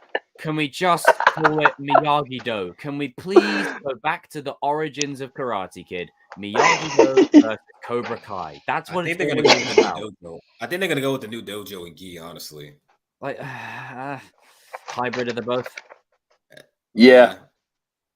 Because I think it'll still be mostly Miyagi. You reckon? I hope not. I really don't. Oh, it's got to pop. It's got to pop. Like, do you know what would be great? Is if the name I think Miyagi still has to be in the name. Miyagi or Cobra, and it's just like something new. Maybe Bonsai. Right. So Yaro, here's what a trophy does for him, because I've been seeing this a lot. What the trophy does for Robbie, in my opinion, out of all the male fighters, Robbie has the most at stake, because Robbie is the one who kept Cobra Kai in business, not Miguel, not Hawk. Robbie's the one who has personal grief with Terry. Robbie has the one who has the connection to Kreese. Robbie is the descendant of Johnny, who are all Cobra Kai. And also, like, Robbie had the heart, like, out of all the male characters, Robbie has the hardest life. Yeah, just saying. Just think about. I hate to be this guy. Think about the optics. All the major male characters. So Miguel and Hog win, except for the kid who didn't have a father. Miguel didn't either. But yeah, and there's so much like it's not like we're on. Oh my god, Team Miguel, Team Robbie. We don't do that shit. Objectively speaking, there's so much cinematic poetry in having Johnny bring Cobra Kai back and his son taking it away. The same way, because like your son can keep it going. What if that's the because if they wanted to keep it so if they wanted to keep it generic or whatever, like they would have had Robbie win. Like display pick, that's pretty cool. Like if they wanted to keep it generic, they should have had Robbie win the first tournament. Like because make no mistake, like if Robbie is to win, which I think he should, don't make it like, oh okay, just give him the trophy. Like earn it, but he needs to earn it, but but it's there. Like, it's right there. Because, bro, let's be honest. Like, Robbie was still messing up Miguel with one arm, bro. He was still He was still the only Robbie should have won twice. Let's be real. He should have won. He should be 2-0. And the second time, let's be real, bro. He saw RJ. He saw RJ. I'm saying it like this: if Eli can get a trophy, then Robbie can. Yeah, and Robbie was going to win in season 4, but they changed it. Why is that? Because they knew who they wanted to win. They didn't want to have Robbie win 2 Tanner trophies. Is like, why is he not winning again? Like the actors telling it's like, because the thing is, like they had Tanner again, bro. Because like the thing, they had to have Robbie. They had to have Robbie like lose because then. Like if Sam wins against Tori, I mean, like it doesn't really fulfill anything. We've also got the other level where we're closing the Lawrence and the Russo chapter, right? I know Miguel is like a son, but Robbie is his actual son, right? Sam is the daughter of Daniel LaRusso. They both have 2 merging dojos on the grandest stage of the world. It makes sense. Now the thing is, if Miguel is to lose. It doesn't mean he loses cheaply, which is why I'm saying. Let's be real. Miguel has never really lost. Miguel's never really lost. Yeah. He's always he may have got kicked over a balcony, but Miguel's won pretty much every fight he's been in because he's Miguel. He's focused. Let's be real. I think he would have beat Eli at the fight if the fight continued. He probably beats Eli. Whether he beats Robbie 2-1. 2-1. I don't know. Oh, he wouldn't have beat Robbie. I don't think Miguel beats this Robbie like that was in season 4. Like I don't think that Miguel beats the Robbie in season 4. Like make no mistake, right? He was off of anger, bro. In that finale was tearing people up. Up until Kenny, he was tearing people up. And then you got to think about this. Mercy. He has a lot of he has a lot of animosity for Miguel specifically, so he'd be focused on beating Miguel because that's what he wanted to fight anyway. Robbie is a very technical fighter. He knows in that situation, I don't need to fight you. I just got to kick you in the back, and you're out. Yeah, because he was like Robbie was in that the Air Force energy mode. Like he wanted to kill him. He got rid of Kenny in 3 seconds. Robbie's like that honor BS. Sorry, you went after my shoulder back in the day, so it's fair game, bro. Like you did the same thing to me, so that's what we doing here. If he fought Miguel, So like, it's that's, I just like that's he was where on it that comes Air from. Force energy, bro. You know, it's never a case of like, okay, Miguel has to lose. It's just a case of No. Miguel's character. I'm I guessing think. we're talking about who wins the tournament again. Yeah. Because it No. needs to be put out there because you know it's It important. goes with the marketing part too. It With goes it, to the but marketing, like, right? Miguel for me has far exceeded a trophy because he said it himself in season 4. You know, like, come on. And I feel like there's a much more important story arc with his father that's much more real than a tournament. That brings his character full circle for me. Also, and that's just the way I would play it. Can I just say this? Can we get Robbie like? That's why I said Miguel versus Hector. Like, can we get Robbie like? Come on, like. I mean, I'm gonna say this even guy, when though? the show's done, people don't want Robbie to win because they don't understand him. I know people don't. I understood Robbie when the first time I saw him. Like the first time he walked on screen, I was like, oh, you're Tommy Oliver. He's Tommy Oliver. That's when I just saw him. I was like, that's Tommy Oliver, bro. Also, That's Tommy I'm Oliver. glad you brought that up, All Valley, because we're talking about the marketing. Who does Netflix put all over all the promo? Tanner, Robbie, Tanner, Miguel, Miggy. A trophy with his Miguel, and dad. Sam. Like, I want everyone to not look at this. Right, fuck Miguel for 3 seconds, okay? Oh, they're gonna take that out. Don't take it out of context. It's not what we meant. I'm sorry. 3 years I've been dealing with this shit. Right? Think about it emotionally. Robbie celebrating a trophy win with his newfound family and his father. There's a reason why they pan the camera on Robbie and Johnny in 2 separate tournaments. Also, he would be, in a sense, winning it not only for Lawrence, but he'll be winning it for the Diaz family. He'd be redeeming his dad. But also, he's winning it for Lawrence and Diaz. Like, he's winning it for and the Diaz family, too. And LaRusso. He's winning it for literally everybody. Everybody. He's winning it for If you think about it, if you want to be completely objective, this is because Robbie. Daniel loves Robbie, bro. Like he loves. You could arguably say he loves him more than his own son. But like the point is, if we're talking about how Cobra Kai's got to this level, right? If you're looking at the 3 male leads, yeah, Miguel and Hawk may have built the road, but Robbie's the one that kept them moving. So if we're being completely objective, Robbie's a twat. Robbie's a twat, and he's screwed up. He needs to fix it. Yeah. Yes, I did, because the show is an ensemble. Like, I'm tired of this constant Miguel bias every 5 seconds. To add on to your point, and I love Miguel, but Jesus, other characters exist. It's the same as with Hawk. To add on to your point, I'm sorry, but it goes back to what I said in the past. Main character bias is a real thing. And then Robbie will win, and then everyone will go, "Oh, I didn't see that coming." Well, it's there. We've been saying this for years. Like, right there. We will see it, and it's like this. We all love Miguel. Oh, exactly. I love the dude, but he's gotten everything, bro. Like, and I mean that in context. Miguel has kicked Robbie's ass more than once now. Like, I mean this in context of the story. He's not rich or anything, but I mean in context of the story, he literally has gotten. He got the dad. He got the dad.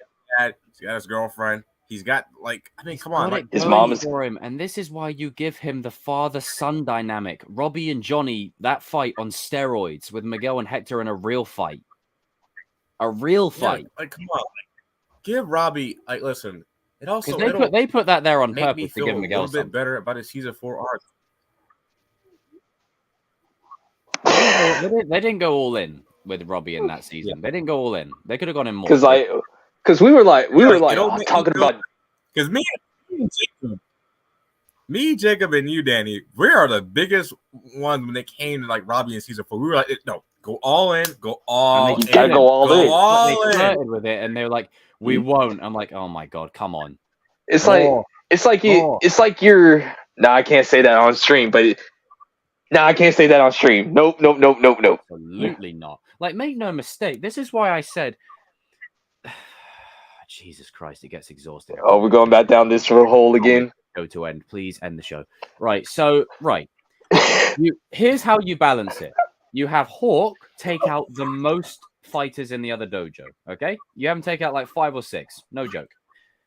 You have Miguel take out the 2 baddest mofos in that dojo. And the person that Robbie's left to fight is Sensei Kim's like protege or something. Oh fuck!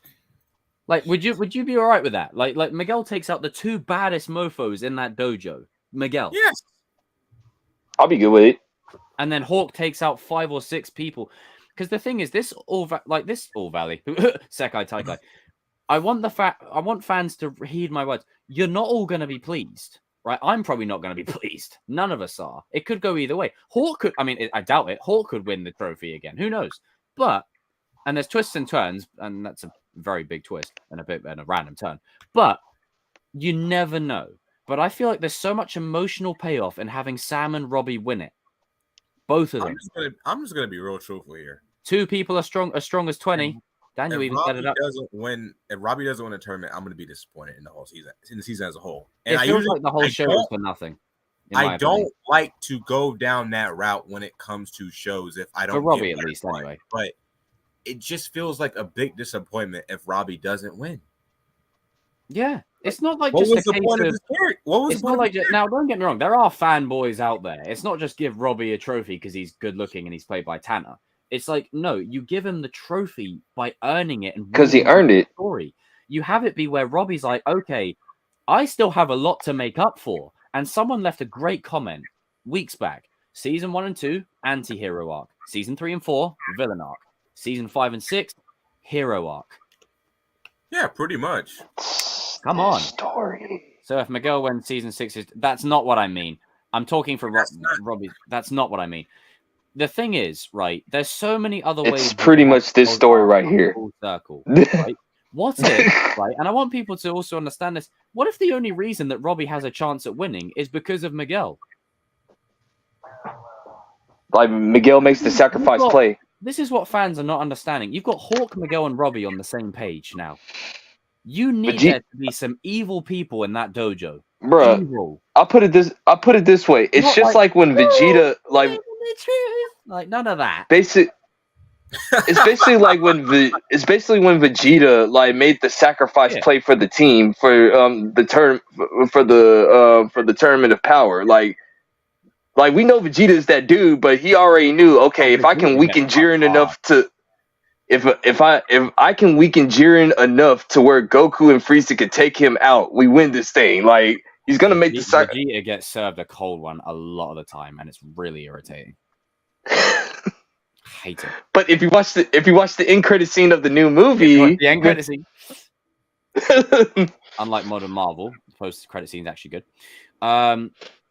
I mean, look, put it this way: if Miguel is to win the Sekai Taikai, depending on how earned it is, I could be all right with it. But it all depends on what they give Robbie. Like, this is the thing. This is what you get when you come to this channel. You don't just get fanboyisms and people going, no. You get, suggestions for what I would do. If I was writing it, I would have it to where Robbie wins, but I'm also offering, okay, so what do we give Miguel? And that's where you bring his father. Yeah. And then his father is the key to a potential redemption and saving Johnny's life. Like you will never get a Shield type of show up in here. Like that ain't us. I'm sorry, but like there's some people on this platform that don't deserve this show. Because I tell you, when it's said and done, people are going to look back and go, you know what, this show was absolutely dope. And I have full confidence that Miguel, Hawk, and Robbie will all get major dubs in season 6, whatever shape or form they take. Yeah. I mean, you could say the same. Yeah, same thing with Sam, Tori, and Devin. Like you can have it to where, like, I'm being 100%. You can actually, but Sam needs that dub. Like, listen, you can make it to where, like Tori actually teaches Sam how to fight aggressive or whatever. Because, like, you know what I'm saying?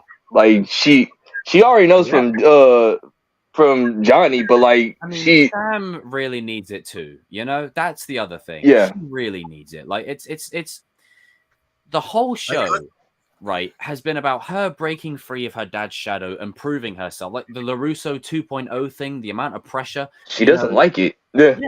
This is her establishing herself. It's about Lawrence and LaRusso's kids breaking free of the shackles of the old and birthing something new. Yeah, that's cinematic language. World tournament is better than your street level tournament. And then okay, and then I'm hearing this. Well, what if none of them win? I'll be okay with that, but like, well, who the then hell? the show kind of means nothing. Then the show means nothing. Who the hell said that?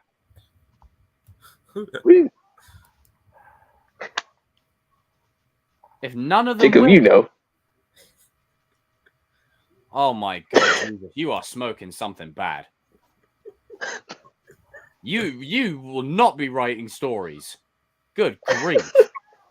But it's like Luke gets to Return of the Jedi. It's like, I am a Jedi.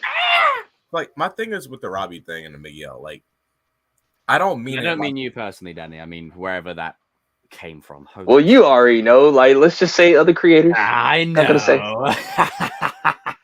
I know, Johnny. But like, that's where we're at. The thing with Robbie is that if he doesn't win, I'll be disappointed. But like, you're gonna have to give me like a good story reason why he doesn't win. You know? Like, yeah, there better be a damn good reason. Because I'm sorry.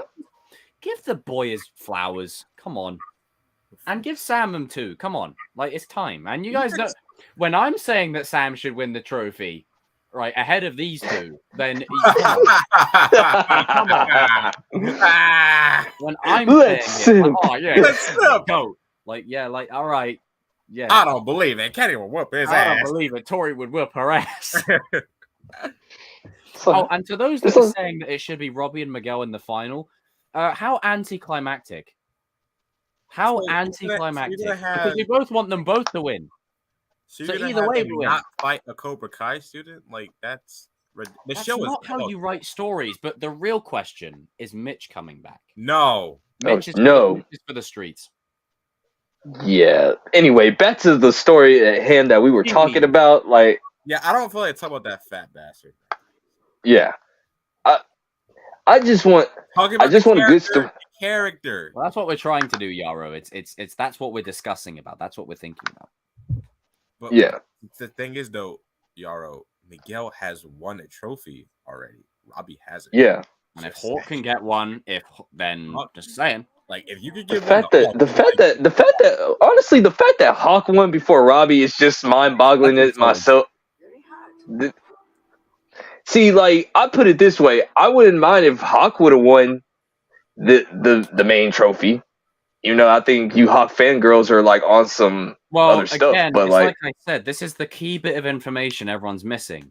Robbie was going to win. They even said it. He was going to win, and they changed it. But we changed it last minute. Why did they change it? Did you see Tanner's reaction to that interview? He's like, I thought I was gonna win. Like, I'm sorry.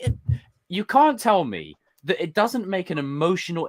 Just think of the score that's swelling. Robbie's holding the trophy. He's with his dad.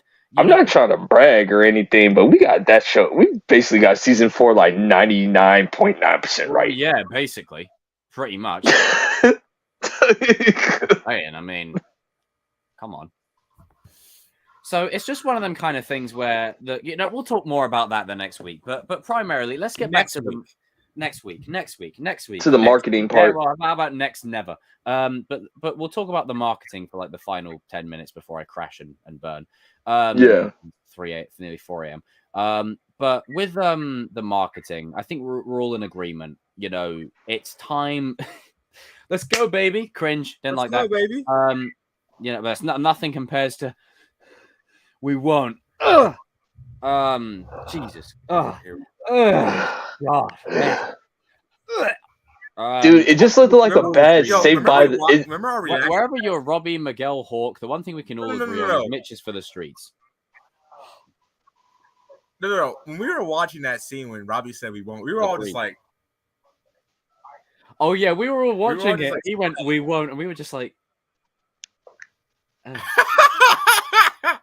We were so silent. Like, what the hell? We were just like, oh, God. Dude, it felt like a bad Saved by the Bell episode. Like, it was just. Ring any bells? Never again. Never get. Anyway, back to the marketing. Like, okay, the thing is, we need the marketing and the writing to be good because, like, season 4's marketing was amazing. It was amazing. We didn't have to do as much. Even more so, and again, like have interviews with the cast talking about their favorite moments. Like, Arjun, did you hear what I said earlier on about maybe you're interviewing Gianni and he says, oh, you know, the moment where Hawk saved me in the house fight, or the moment where I kicked Kyla. And my other moment is from, well, you have to wait till season 6 drops. It's in this season. Like we need a lot of that. Stuff like that. That's how you hype stuff up.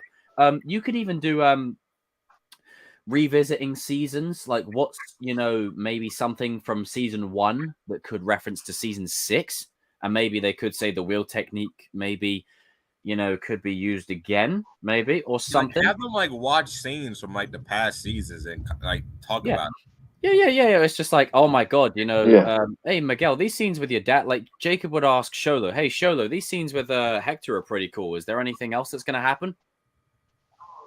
Yeah. That's it. Doesn't say a word, just the facial expression. Stuff like that. I mean, Jacob kind of spoiled the Sekai Taikai in an interview, saying, "Yeah, we're going worldwide, worldwide." Like, I think, you know. Oh yeah, it's like, you know, new name, Faux Hawk. Do you know what? He should have said No Hawk. That would have been slightly better. Still cringe, but slightly better. But I feel like the marketing has to be stepped up, because with season 5. The marketing was there for the first trailer. After that, it was just like, okay, it's dropping on Netflix. No, like, you know, and I understand the tournament wasn't there, so maybe that played into it. But, you know, with there being a tournament setting, Netflix, please milk the living. They marketed the hell out of season 3, though. And think of the posters that they could do, you know? They were showing TV spots and everything over here. I know that this road has been very hard. I'm not looking forward to watching that movie. Dude. I'm looking forward to that. Yeah, it's probably gonna happen. But it's just one of the kind of things where I think, you know, and I was talking. To be fair, I think we said it on a. I'm saying to be fair a lot. Thank you, Adam and Evan. I think we said it a couple of weeks ago, in one of the Kings of Pop Culture streams, where like it was us for TCK, Cody, and Shamoon, I think, and we're all in agreement that we need more. Great minds think alike. Promo images, stuff like that. Just hyping stuff up, maybe like the season 4 promo again. Season 5 was just like, because like, I don't know if this happened to you, but like, I was wearing my Cobra Kai shirt like coming from work, and then one guy was saying like, "Oh man, Cobra Kai, I love it, dude, I love it. Like, man, I can't wait till the new season comes out." The new season is about. I told the guy like, "Well, the new season is about to happen next week." He's like, "Wait, what? Really?" Like, yeah, there's a lot of that over here. That's because the general person, when you release a trailer, and I've said this a million times before, and the point is still valid, and I'm not taking shots, but it's true. People work. So when people work, right, they have lives to attend to. We're not always sat. Right? Right, we have lives to attend to. So the average person who might be a fan of Cobra Kai might not know that it's dropped, you know? And you got to look at it from, right, as a fan, we'll know. We'll be on that shit like a bloody rash. The average person isn't going to know. Now, with season 4, more people know. Do you guys find it funny? Like, even on YouTube, you'll see scenes from season 4 that are on like 1 million views. Scenes from season 5, 100,000. And yeah, YouTube algorithms, but a lot of it is because the season wasn't promoted like season 4 was. Yeah. It was a completely different thing. I have a feeling I know who you are, who's commenting this, but just because it's funny and it made him laugh. You know, we work and we're not all, you know, like constantly plugged in every 5 seconds, you know, on and off, you know, every 5, like people have other stuff to do. So the average person isn't going to know. It's like that thing of, yeah, they know we're going to be there. There could be a freaking world war going on outside. We'll be there regardless. If you can get the casuals talking about your product, you've achieved good. You've achieved what, King? Good business. It's good business. So it's just good business. It's just good business. Let me play. Let me play the clip. Let me play the clip. Where's the clip? Where's the clip? Not that one. Not that one. Not that one either. Where is it? We can play that one. And it's just good business. I want them to go all in. I'm talking promo images. I'm talking character pieces. And I said this to Darius and King earlier, RJ, about did you ever see the Days of Future Past like character TV spots where you have like Colossus, super strength, aim, fighting skills, stuff like that. Hype it up like a Mortal Kombat event if you must. Like all of it. Like leave nothing off the table. Go all in. All in. All in. With it being the final season, right? I want this to feel finale-esque. Yes, there'll be spin-offs. Yes, there may be season 7 down the road. Who knows? But I want this to feel climactic. I want it to feel like, oh shit, we're actually at the end game now. Like this is it. This is where everything has led to this. Every moment we've been through since YouTube Red has led to this moment here. Let's make it feel that way. Do behind the scenes, release a documentary as well for Cobra Kai, like Cobra Kai. Yeah, that'd be awesome. Cobra Kai's journey, stuff like that. Leave nothing off the table and do cast interviews. Everything, all of it. The thing is, like Cobra Kai is like in the top 5 Netflix shows. Like, I mean. Give it the Wednesday treatment, man. Give it the Wednesday treatment. All right. Oh, but Wednesday. Yeah, okay. Oh, but Outer Banks. Okay. Oh, but you. Okay. Ginny and Georgia. Trash. All these great quality crap shows that are so good at being terrible. Besides Wednesday. I mean, I've heard it's pretty good. It's not for me, but it's pretty good. But Wednesday, Stranger Things. I watched it. It's decent good. It's pretty good. Cobra Kai's up there, right? Regardless of what most people will say about it, it's up there. It is up there. Yeah. Netflix, in my opinion, probably didn't want this show to go. So Netflix, double down. Well, I told RJ this like the first time. Like Netflix didn't want this show back in the day, like because but the creators didn't buckle down to Netflix demands. Netflix wanted to change the show. Yeah.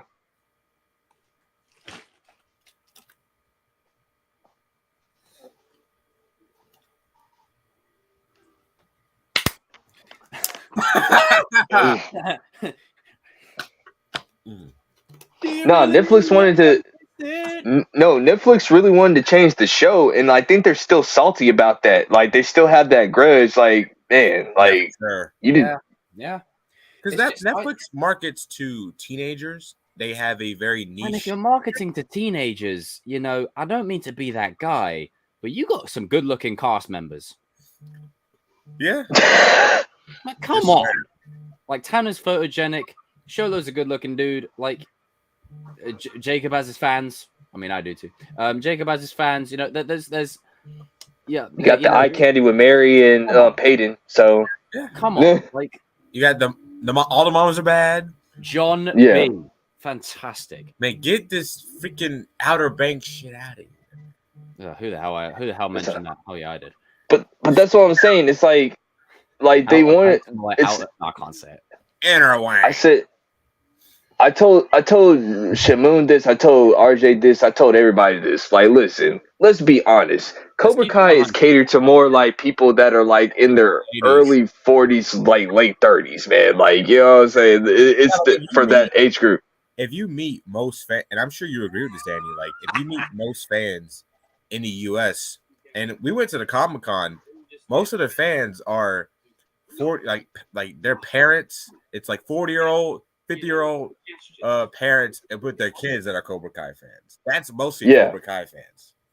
Yeah. If I see a teenager with it, it's just because it's for style or whatever, or like they just like the shirt or whatever. And I don't mean to be that guy, and I've said this like the 4th time now, but it's true. As a fan, for once, I'm playing the entitled card.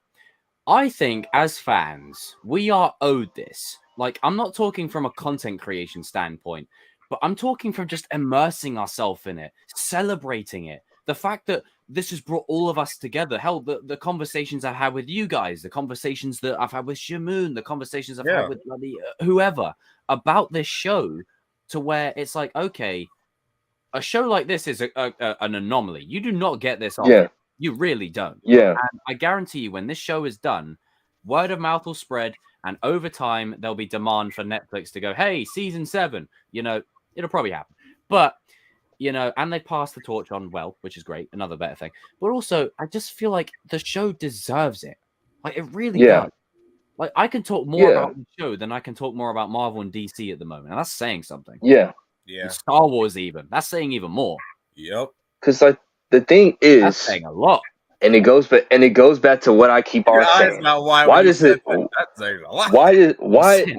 do some of these why does these shows keep on do? It's because of the passion is there. The passion is there. Like I'm gonna keep on saying this to the day I die. The passion is there.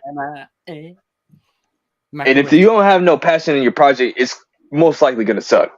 Yeah, I agree. You know, it's just and it's just like when you look at like the show just as a complete package and the characters and the stories and the storylines and what they've been, you know, all the stuff they've covered.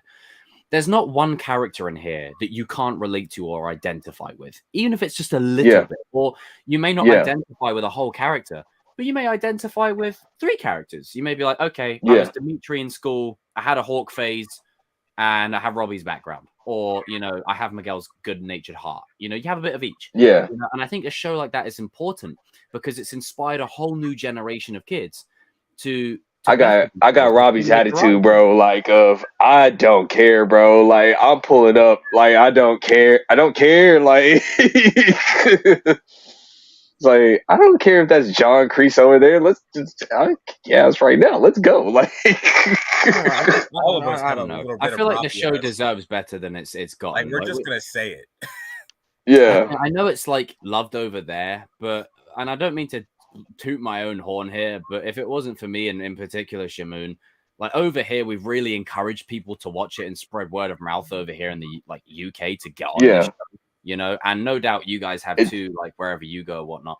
It's just it never gets the accolades it deserves, and it's disappointing, you know. It's like, I mean, but that's what I'm saying. It's like the marketing is towards like late 40s, early 30s, maybe a little bit in the mid 20s, a little bit, but like that's about it. It's not marketed for teenagers or whatever. It really isn't. Work. And this dude, he came up, he was like, "Oh, you're a Cobra Kai fan?" I was like, "Yeah." And he was like this 40-year-old dude, and me and him just went on talking about like the whole Karate Kid, like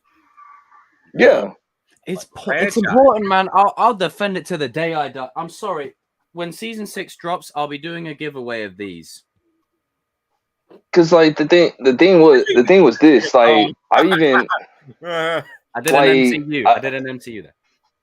Like to RJ's point, like when I go up to a person that's wearing a Cobra Kai shirt that's kind of older, like I said, Cobra Kai I was never dies, bitch your ass. With a little mohawk, a little blue mohawk, and like a Cobra Kai shirt. I was like, hey. I was like, hello, you're a Cobra Kai fan, I see. When you talk to like a young person that's a Cobra Kai fan, they're like, oh, that's a show. It's like, oh, fuck off, man. Jesus Christ. It's like, oh, like when you tell them Cobra Kai, they look at you like, wait, what? Like, oh, yeah. Like, I'm like, just keep walking. I can't wait to like talk about when this we reach the ending of this show, and we've talked a lot about like reflection and retrospective, but the conversations that we've all had about like our real life shit that we've gone through, that Cobra Kai is sort like when we look at it, we're like, oh my god, I've totally been through that. I've totally been there. Yeah, you know, you can tell the difference on this platform between who has and who hasn't.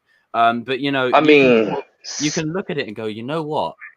These conversations are important, and that's what storytelling is for. It's meant to evoke a feeling within you. And friends and family that's in the chat, season 3 will always be our favorite season because that's what got this together. That's what got us like, bro. I'm sorry. Look, season 6 can be fire. Season 5 might be the definitive season. Season 4 might be epic, but season 3 will always be my Revenge of the Sith. I fucking love that season. Bro, and for all the people that say, if you're a Robbie fanboy, well, Robbie's barely in that season, so fuck you, you know? No, the scene that I love in season 3 Excuse my French. Hawk is talking to Kreese, and Kreese is like, but we're gonna need a new champion. Oh, that you see, that's when Hawk score Hawk in that season, scene. I did bro. like Hawk that season. I'm just the saying. score in that scene. Dude, the fact that Johnny, Daniel, and Kreese all fought in the dojo against each other. From the opening episode, when Daniel goes up to Kreese, he's like, must really hurt to see the Miyagi name dragged through the mud. I don't really blame Robbie, because you know what they say. Say he's a bad student. Oh, bro! You saw Daniel. You saw Daniel like. Daniel leaves the dojo, and Kreese is there like. Dude, you saw Daniel. You saw Daniel like. And it has in my opinion, the best finale. Yeah, it does, I love season 5's finale, season and it has the 5's best fight. good.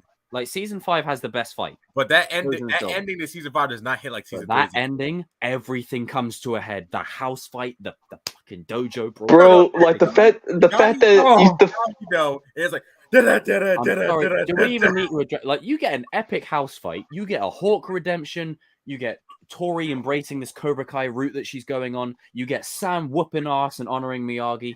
Then you cut to to Johnny when he sees his what happened? Bruised. What happened? And then it cuts to the flashback of like young Kreese and young 1, 2, 3. Go! And you've got master and apprentice fighting each other in flashback and in present day. And you've already got Johnny pulling up to that dojo saying, right, you put one of my sons in.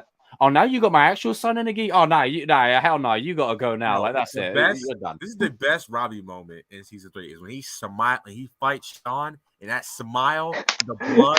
I'm going, no one else has that moment when he's just there like, I'm like, Robbie was smart by just like kept on like hitting him before the. I love my anti-heroes, bro. I'm sorry. He kicked the fudge out of Sean in that scene. He was just like, because he already knew if Sean gets back up, it's over. Like he just kept on like not giving up. Doing it. And what I love is the relentlessness of it. He's got him in the headlock and he's going. Like, if you think about it, what's great about that mid-season, right? I mean, everything is like Chosen and Daniel. I love it. Take care. See you later, Sydney. But also you've got everything with Chosen and Daniel, forgiveness, Chosen's backstory. Yeah. You've got Miguel enjoying himself, and he's having a great moment with Johnny. And Miguel deserved that after the school fight and the Komish. He deserved that moment. It was good to see. Yeah. And then you've got Miyagi-Do striking first, and one side of that was Miyagi amazing. Loses, and Robbie wins. Like it shows how the philosophies go hand in hand. You know. Like, when Robbie became the top 5 character in season 3, I was like, yo, this dude is like anti-heroes are the best characters for a reason. And I was like, bruh, and then when Daniel came out of nowhere when he kicked, you sent them to my house? I was like, hey, Daniel's like, it's like I was saying to the lads yesterday. What's great about that scene, right, is he enters like Mr. Miyagi, and you're like, okay, symmetry, I see what you're doing. But it's not just a hey member, because he still talks like Daniel LaRusso. Yeah. He's like, you want to fight? Miyagi. You got one. Like, I can talk about season 3 all day. I fucking love that season. 3 is a season. I'm sorry, it's the season of everything. And then Miguel says, quiet. Like let's be honest. Season 3 had us. It's so good, and the ending is so good. It had us talking about the next season, theorizing like crazy. Like, and our theory, I ain't trying to brag, but our theory, like majority of our theories, did come true. I'm just saying, man. Like, come on. Like, I'm just saying, like, it's just. It was such a moment of maturity for the show. You know, it was like, oh my god, shit's getting real now. Like, this is getting real. Yeah. You know, OG it's like it got dark. Like, seriously. Get your sword up. Let's come on, get your sword up. Oh, damn it! All right, I'll be right back. Never doing that again. God, damn, that is a yo. Right, so what do we do now that we got the swords? Mm-hmm. I'll tell you what. Try and point them into the middle. Point them into the middle. Hang on. See, I don't like being on this side because now I'm out of. In the middle, right. I'll tell you what. Come here. Because you like being on the other side. Hang on. There you go. Into the middle. The middle. Your camera's flipped. Fucking hell. The other way. This way. All right, Danny, up into the middle. Perfect. Danny, when are you posting your review on DCU Collections? Hey, Danny, I do that every Sunday, sir. I do that every Sunday, sir. Welcome to the Sunday service. Danny, just say That's my line. That's my line, you dick. But no, I could talk about season 3 all day, every day. Like, Get a girl. And also because I don't know how it is for you guys as well. Well, to be fair, I do. But when season 3 dropped, you know, it was the lowest of the low for all of us. And sure. We talked a lot about that. And season 3 was like, if you want something, you're gonna have to crawl across the floor. It was like that was screw the Rock's 4 a.m. grind set videos and screw the I'm the wolf of the pack. Like fuck that. Like Johnny Lawrence telling you to get your shit in gear. That's all I needed to get my steam train rolling. That's for all of us. And I tell you what, get I mean, let's just say that get out. The world was shut down at that time. The world was shut down at the time. You didn't have much to do. This was the perfect. Don't say Jackie Chan? Don't. I said Jackie Chan. Don't say it. I said Jackie Chan. I said Jackie Chan. I didn't say the other part. I said Jackie Chan. You. Jackie Chan is a good martial arts fighter. Anyway, like, hey, he was part of Karate Kid 5, technically. Jesus. Right. He was Mr. Han. He played Mr. Han. Oh yeah, on that. Yeah, the likelihood that Jackie Chan and Jaden appear in this is very low. I just want to, because think about how much that's going to cost. Most of the budget will go on them appearing. That's another thing people don't take into consideration. Why do people want that to happen? I get why, but I'm just like, no, come on, no. How about not or whatever? Because like even Ralph Macchio didn't even want to be part of that movie. Like, oh man, yeah. But yeah, good times. So yeah, basically, just get your marketing straight. Don't leave it up to YouTubers to do it all. For grabs, and I forgot what Shamoon said something the other week. That was a really cool idea. I think I mentioned it earlier briefly, like separate posters. So like having posters for specific things, maybe one for the adults, one for the kids, and one like big, or maybe I've got an idea. As much as we rag on, as much as you rag on Fast X, I like what they did with the Instagram promotion of having one big poster and then putting out a piece every few days or so of the poster. Speaking of posters, can we stop floating heads on posters I'm talking about for everything. Hey, I made that in 5 seconds. Cut me some slack. I'm not talking about yours, okay? I'm talking about cinema. I know that this road has been very hard. You know you're going to get copyrighted. As long as I play for the 8 seconds and then stop it there, I'll be good. This is so cringe. It's not that bad. It's just why do you open a trailer like it's such an odd everything about it. And it's just the way it cuts to Tyrese just like looking like he's about to cry.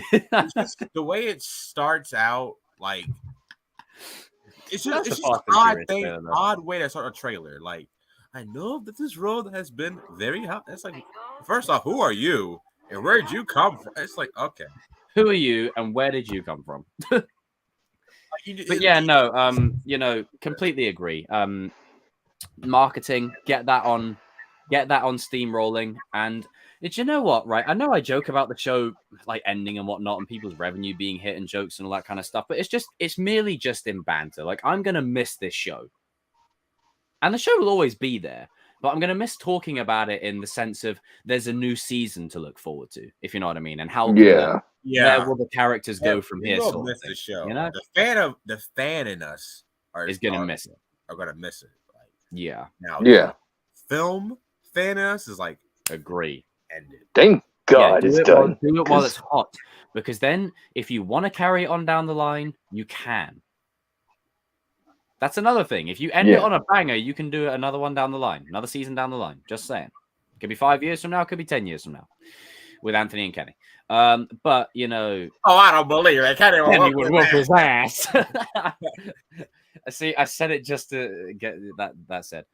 But yeah, no, like everyone in the chat, comment down below your thoughts and whether you agree with any of the points that we've raised. You know, I know I've talked a lot about, you know, Cobra Kai every 5 seconds over the last few years and how many Robbie videos I've done. Oh, Robbie video! Like, no, like that shit will follow me to the grave. Like another Robbie video. That's still there. And I'm trying to do the same for Anthony. I'm getting shit for it. But you know, oh god, I'm sorry, I did it just to see you do an eye roll. I don't believe it. Get him a whip his ass. But I think, you know, as you approach the final season, right, as epic as it is and as great as it is, it's gonna be sad. Bitter to say goodbye. It's the end. Like the end. Like, yeah, you got spin-offs and so long. Farewell to you, my friends. I know that this road has been very hard. They should open up the next trailer with that. My friends. Yes. Have out of the box. Out of the box. Imagine Yaya saying, "I know that this road has been very hard to all." I the bet characters. it'll make more sense her saying it than this character. A random woman that we've never seen. Random woman that we've never seen. In the According to Vin Diesel, it's the abuela. You know. What's that? Well, that's what he said. It was like that's the abuela, like the abuela, the grandmom sort of thing. It never dies. And the thing is, this is the chosen Cobra, all the those chosen one. creators that are going to every struggle without Cobra Kai, they should end the series with, "I know that this road is going to be very hard." Yeah. I need to get that clip for StreamYard now. I need to. We've got 25 people watching right now. That's good. Shout out to you guys. It says on here 25 waiting. I think that's just an error, but 25 people watching right now at 4 a.m.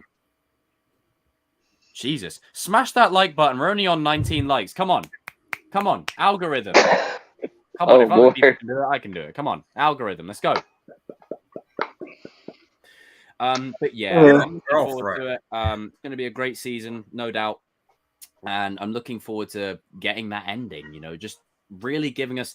I want Return of the Jedi for Cobra Kai because I fucking love that movie. And the ending of that movie, no matter what Disney's done, is powerful. And Cobra Kai deserves something like that as an ending. Return of Jedi, the one that Lucas made, right? Yes. Yes, the one that Lucas made. Yes. You just had to put that in there. Of course I have to. We're back, baby. Of course we're gonna have it. You know what? You know what? How dare you? What? Damn. Damn. I've had that since season 4. Damn. That's it. There you go. Gee, that's grab. Why'd you put? I didn't think I still had that. You know. Oh my god. You got a big doo-doo this time. Show him his head. Come on. Open your eyes. Not that hot. When this guy woke up this morning, he was white. He was white. I had to just chime in there with it as well. But with that being said, ladies and gentlemen, it's time to go.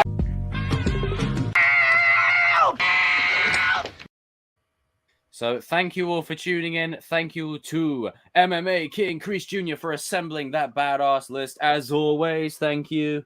Are we going to get a watch party soon? I'll play. Well, you know what? We've been meaning to do a watch party. Do you know what? Do you know how many watch parties we've missed? It's been about 5 now. We were meant to do Mighty Ducks 2 and 3. Never happened. We were meant to do Jack Frost. That never happened. We were meant to do Friday last week. Never happened. And then there was one more. So, yeah, Friday watch party happening next week. Don't put that evil out there. And give a huge shout out to the one, the only, goated one.